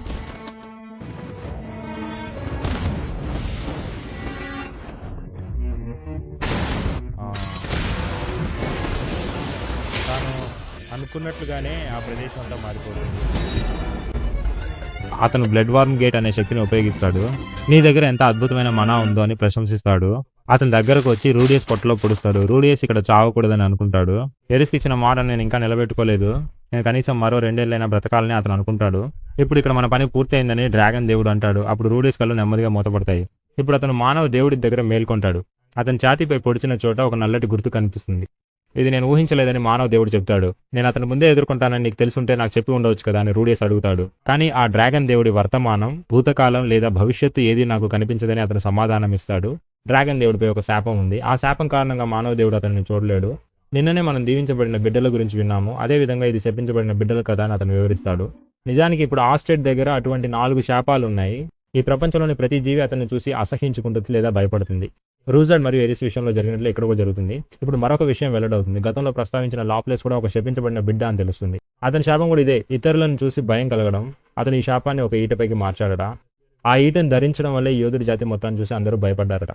ఇవన్నీ నీకు తెలిస్తే వీటిని ముందే నాకు ఎందుకు చెప్పలేదని రూడియస్ అడుగుతున్నాడు. దీనిపై చింతించుకో, ఆ ఈటలో శాపం వల్ల కొద్ది రోజుల్లో అది పోతుంది. అది ఎలా పోతుందని రూడియస్ అడుగుతాడు. ఎందుకంటే లాప్లెస్ కూడా పచ్చని జుట్టు ఉండేది. ఇప్పుడు ఆ పచ్చని జుట్టును ఇతను కాపాడుతున్నాడు కాబట్టి ఇది మెల్లగా తగ్గిపోతుందని అంటాడు. నాకు చాలా ఆశ్చర్యంగా ఉంది, ఎందుకంటే ఇంత త్వరగా ఆ యోధుడు ఓడిపోతాడని నేను కూడా ఊహించలేదని అంటాడు. ఖచ్చితంగా అతన్ని ఓడించడం సాధ్యం కాదు. ఆ 7 శాపాలు అతనిపై ఉన్నప్పటికీ వాటిని దాటి కూడా మీరు అతన్ని ఓడించలేకపోయేవారు అని అంటాడు. కానీ డ్రాగన్ గాడ్ 2వ స్థాయిలో ఉన్న శక్తివంతమైన దేవుడు అని నేను విన్నాను కదా అని అడుగుతాడు. అవును, నువ్వు చెప్పింది నిజమే, టెక్నిక్ గాడ్ మొదటి స్థాయిలో ఉంచాడు. కానీ ఆస్ట్రేడ్ నేరుగా పోరాడితే టెక్నిక్ గాడ్ను సులభంగా ఓడించగలడు. నిజానికి ఆస్ట్రేడ్ తన పూర్తి శక్తిని ఉపయోగిస్తే ఈ ప్రపంచాన్ని సులభంగా నాశనం చేయగలడని చెబుతాడు. కానీ అతనిపై ఉన్న శాపం వల్ల అతను అలా చేయలేడని అంటాడు. ఇది వినడానికి కొంత వింతగా ఉంది, ఎందుకంటే తన ఉజ్వల భవిష్యత్తు గురించి ఏమీ తెలియదు అంటున్నాడు. కానీ రూడిస్ గురించి తనకు ఎంతగా తెలుసని చెబుతున్నాడు. సరే, ఇకపై నువ్వు ఎంత దాచినా పర్వాలేదు, నాతో చెప్పకపోయినా నాకు చింత లేదని అంటున్నాడు. అయినప్పటికీ లిలీ మరియు ఐషాల్ రక్షణలో నాకు సహాయం చేశావు, అందుకే ధన్యవాదాలు అంటున్నాడు. ఇక ఈ ప్రపంచంలో నాకు వేరే మార్గం లేదని అంటున్నాడు. ఏదేమైనా నేను ఇప్పుడు మరణించాను కదా అని అంటున్నాడు. ఓ నువ్వు మరణించావు కాబట్టి ఇవన్నీ ఇలా మాట్లాడుతున్నావని ఇప్పుడు నాకు అర్థమైందని ఆయన అడుగుతున్నారు. సరే నేను అదృష్టవశాత్తు వెళ్ళిపోయాను. అందుకే నాకు ఈ రెండవ జీవితం లభించిందని అంటున్నాడు. 2 రోజుల సరే మనం వీడ్కోలు చెప్పుకునే సమయం వచ్చిందా అని అడుగుతున్నాడు. నీకోసం నా దగ్గర ఒక శుభవార్త ఉంది అంటున్నాడు. తమ్ముడు నువ్వు ఇంకా చనిపోలేదు అని అంటున్నాడు. రూడిస్ కిందకు వంగి చూస్తే తన ఛాతిపై ఉన్న ఆ రంధ్రం కనిపించదు. ఇప్పుడు రూడిస్ ఆ ప్రదేశంలో కళ్ళు తెరుస్తాడు. ఇప్పుడే ఎరిస్ దగ్గర కూడా ఏం జరిగిందని అడుగుతున్నాడు. ఆ డ్రాగన్ గార్డ్ తో వచ్చిన మరొక అమ్మాయి వచ్చి డ్రాగన్ గార్డ్ తో ఏదో చెప్పిందట. ఆ తర్వాత ఆ డ్రాగన్ గార్డ్ స్వయంగా వచ్చి నిన్ను నయం చేసి వెళ్లారని చెబుతోంది. ఆ అమ్మాయి పేరు ఏమిటని రూడిస్ అడుగుతున్నాడు. నానా హోషి అని ఎరిస్ చెబుతోంది. రూజర్డ్ కేవలం దెబ్బలు తగిలి కింద పడి ఉన్నారని, పెద్ద గాయాలేమీ లేవని, త్వరలోనే కోలుకుంటారని ఆమె చెప్పిందని ఎరిస్ అంటోంది.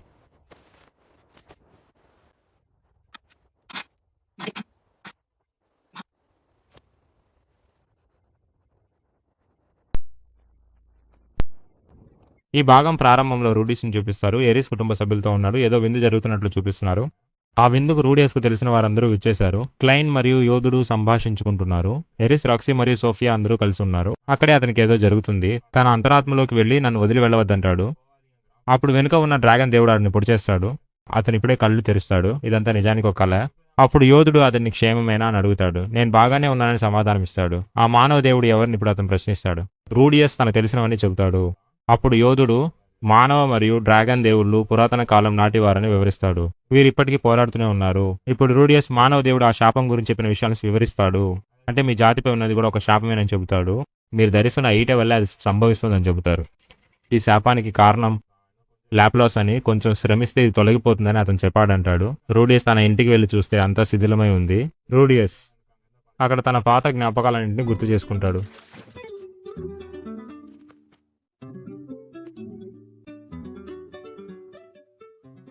అక్కడ సమీపంలో ఒక వృక్షం ఉంటుంది. ఆ వృక్షం వద్దే అతను ఎప్పుడు సోఫియాతో ఆడుకునేవాడు. అక్కడికి వెళ్ళి చూస్తాడు. ఇది నీ మాతృభూమేనా అని యోధుడు అడుగుతాడు. అవును, కానీ ఇది ఇప్పుడు ఉన్న దానికంటే ఎంతో అందంగా ఉండేదని చెబుతాడు.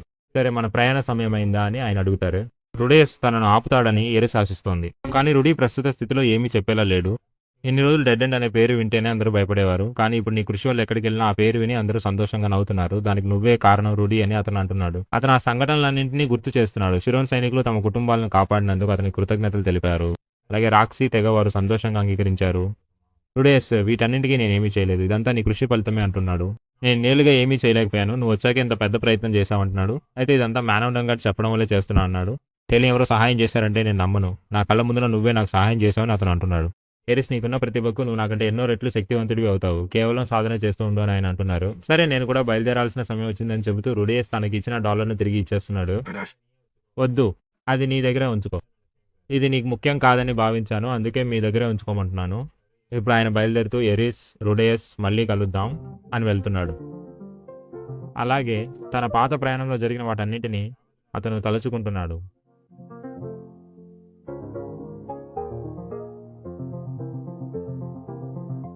నేను ఆయనకు ఇంకా చాలా చెప్పాలి. అతన్ని చూసి వీడ్కోలు చెప్పలేనని అంటున్నాడు. ఇప్పుడు ఊరిలో మిగిలిన వారంతా శిబిరం వేశారు. ఇప్పుడు ఆ శిబిరానికి ఎరిస్, రూడియస్ వెళ్తున్నారు. అక్కడ ఎరిస్ ఇప్పుడే గిలైన్‌ను చూస్తుంది. చాలా కాలం తర్వాత చూడటంతో ఆమె ఏడుస్తుంది. అక్కడున్న సేవకుడు రూడియస్ మీరు కాసేపు బయట వేచి ఉండండి అని అంటున్నాడు. కానీ ఎరిస్ లేదు, రూడియస్ ఎప్పుడు నాతోనే ఉంటాడని అంటుంది. అప్పుడు అతను మీరు వచ్చినందుకు చాలా సంతోషం అని అంటాడు. ఎరిస్ ఆ మర్యాదలు ఏమీ వద్దు, ఎవరు చనిపోయారో చెప్పండి అని అడుగుతుంది. నీ తండ్రి, తల్లి మరియు తాతయ్య ముగ్గురు చనిపోయారు. మీ తల్లిదండ్రులు టెలిపోర్ట్ అయినప్పుడు ఒకే చోట ఉన్నారు. అందుకే వెళ్ళిన చోట ఇద్దరు మరణించారు. దీన్ని గిలైన్ స్వయంగా వెళ్లి చూసి ధృవీకరించారని అతను చెబుతున్నాడు.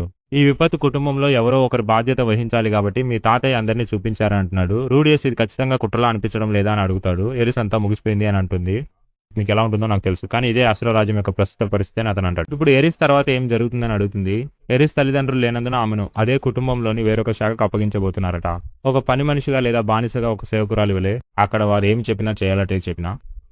ఇప్పుడు ఎరిస్ అందరినీ బయటకు వెళ్ళమని చెబుతుంది. నేను కాసేపు ఒంటరిగా ఉండాలని. బయటకు వచ్చిన తర్వాత ఆమె ఎంతో ఏడుస్తోంది. ఇప్పుడు రూడియస్ కూడా గిలైన్ తో మాట్లాడతాడు. అక్కడ చూస్తే తప్పిపోయిన వారి జాబితా చాలా పెద్దదిగా ఉంది. అందులో ఇప్పుడు రూడియస్ తల్లి పేరు కూడా ఉంది. అందులో సోఫీ పేరు ఇంకా గుర్తించబడలేదు. పక్కనే మరణించిన వారి జాబితా కూడా ఉంది. అతను అక్కడ కూడా తనిఖీ చేస్తాడు. అందులోనూ సోఫీ పేరు లేదు. అప్పుడే వారు స్పష్టం చేస్తారు ఆమె ఇంకా మరణించలేదని, ఎక్కడో ప్రాణాలతోనే ఉంది. ఆ రాత్రి రూడియస్ కూర్చుని ఉండగా ఎరిస్ అతని గదికి వస్తుంది. నేను నీతోనే ఉండాలని ఆమె అంటుంది. రూడియస్ స్పందిస్తూ నాకు నీతో సమయం గడపాలని ఉంది, మనకు ఒక కుటుంబం కావాలని కోరుకున్నాను అని చెప్తాడు. ఏం చేస్తున్నారు? ఏం చేస్తున్నారు? ఏం చేస్తున్నారు? ఏం చేస్తున్నారు?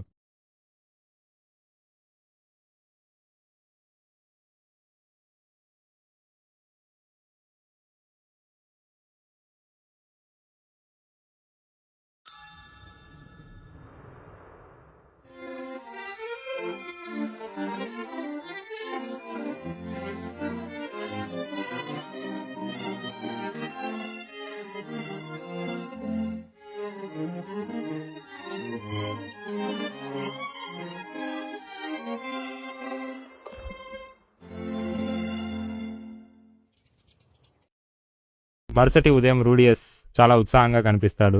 బయటకు వెళ్లి సమయం చూసి నిద్ర లేవడానికి సమయమైందని ఎరిస్ను పిలుస్తాడు. కానీ లోపల ఎరిస్ లేదు. ఆమె జుట్టు కత్తిరించి అక్కడ పడి ఉంది. అక్కడ పక్కనే ఒక లేఖ రాసి ఉండటాన్ని అతను గమనిస్తాడు. రూడియస్ మనమిద్దరం ఇంకా సర్దుకోవడం లేదని, తాను బయటకు వెళ్తున్నానని చెప్పి ఆమె వెళ్ళిపోతుంది. అప్పుడే అక్కడ ఉన్న సేవకుడు వచ్చి ఆమె ఎక్కడికి వెళ్ళిందని అడుగుతాడు. నన్ను క్షమించండి రూడియస్, మీకు చెప్పవద్దని ఆమె క్లయింట్ తో కలిసి బయటకు వెళ్ళిపోయిందని అతను చెబుతాడు. అంటే వారు శాశ్వతంగా వెళ్ళిపోయారు. ఎందుకంటే ఈ రాజ్యంలో ఉంటే మరిన్ని ఘర్షణలు తలెత్తుతాయని అజ్ఞాతంలో ఉండటం కోసం ఎరిసా తన గుర్తింపును మార్చుకుంది. ఇప్పుడు వారిద్దరు ఇక్కడ నుండి వెళ్ళిపోయారు. వారు తిరిగి రారు. ఇప్పుడు దీనికి అంటే నన్ను మోసం చేసింది.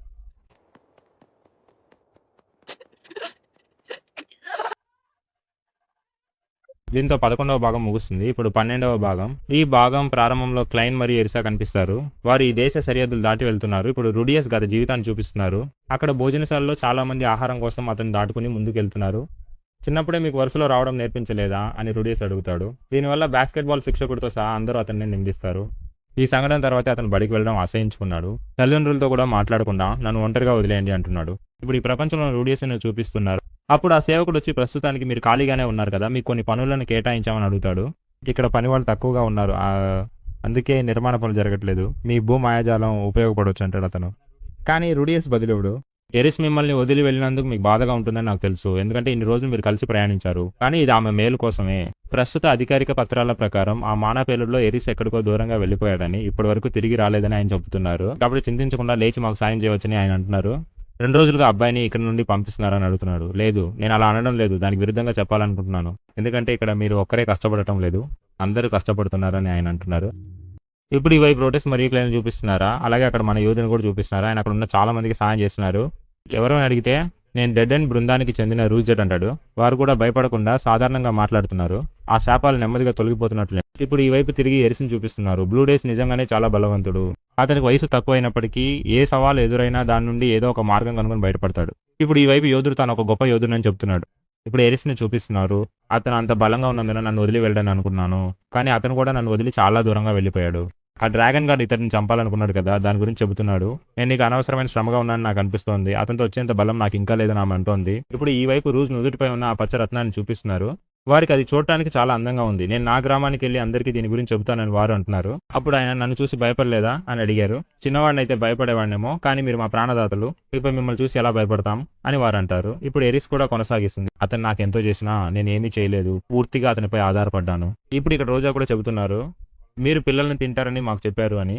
ఆయన గంభీరంగా అప్పుడు నేను తినను అని అంటారు. అక్కడ ఉన్నవారంతా ఇది ఒక హాస్యమని భావించి అందరు నవ్వుతారు.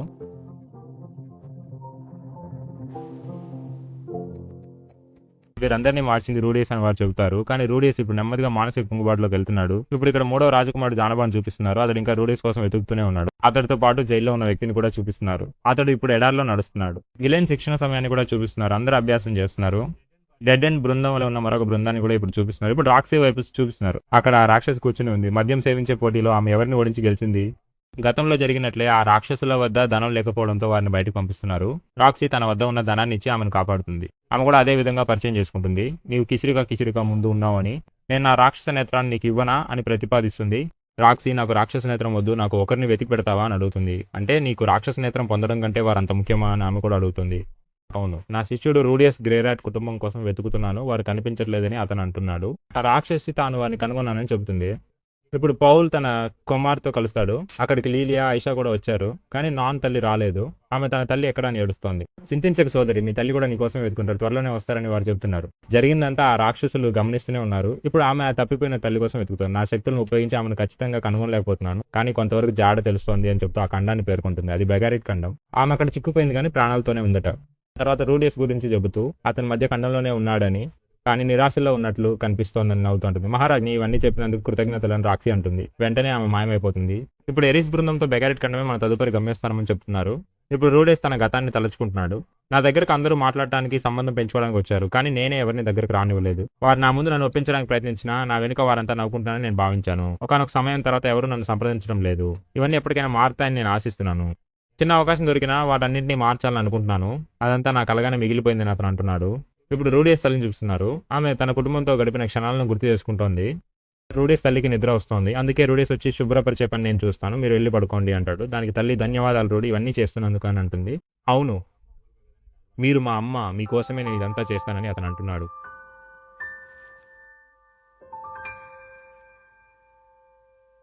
నేను ప్రేమిస్తున్నాను. ఇప్పుడు అతనికి నెమ్మదిగా అర్థమవుతోంది. నేను ఇంకా మా అమ్మను కనుగొనలేదు. ముందుగా ఆమెను వెతకాలని అనుకుంటాడు. ఇప్పుడు నా గత జీవితంలో అతను ఇంటి నుండి బయటకు వస్తున్నట్టు చూపిస్తున్నారు. అంటే గతంలో మారలేకపోయిన అతను ఇప్పుడు అవకాశం రాగానే దాన్ని ఉపయోగించుకుంటున్నాడు. ఇప్పుడు మరోవైపు చూపిస్తున్నారు రూడియస్ గ్రేరాట్ అనే పేరు గురించి మాట్లాడుకున్నారు. 5 ఏళ్ల వయసులోనే ఒకరు జలమాంత్రికుడిగా అత్యున్నత స్థాయికి చేరుకున్నారంటే నేను నమ్మలేకపోతున్నానని అంటున్నారు. ఇప్పుడు నీకు అతను ఉన్న సంబంధం ఏమిటని అడుగుతున్నారు. అతను నా రక్షకుడు, నా మార్గదర్శి మరియు నా ప్రాణ స్నేహితులని ఆమె చెబుతోంది. ఈ ప్రపంచంలో నేను ఏదైనా ఒకటి ఎంచుకోవాలంటే అతన్నే ఎంచుకుంటానని అంటుంది. దీంతో మొదటి సీజన్ రెండో భాగం ముగుస్తుంది. ఇక నేరుగా రెండో సీజనే. రెండో సీజన్ కావాలంటే వ్యాఖ్యానించండి, అది కూడా చేద్దాం. లేదా ఏ యానిమే కావాలో అడగండి. చూసినందుకు ధన్యవాదాలు. సెలవు. మరో యానిమే తొలి భాగంలో కలుద్దాం.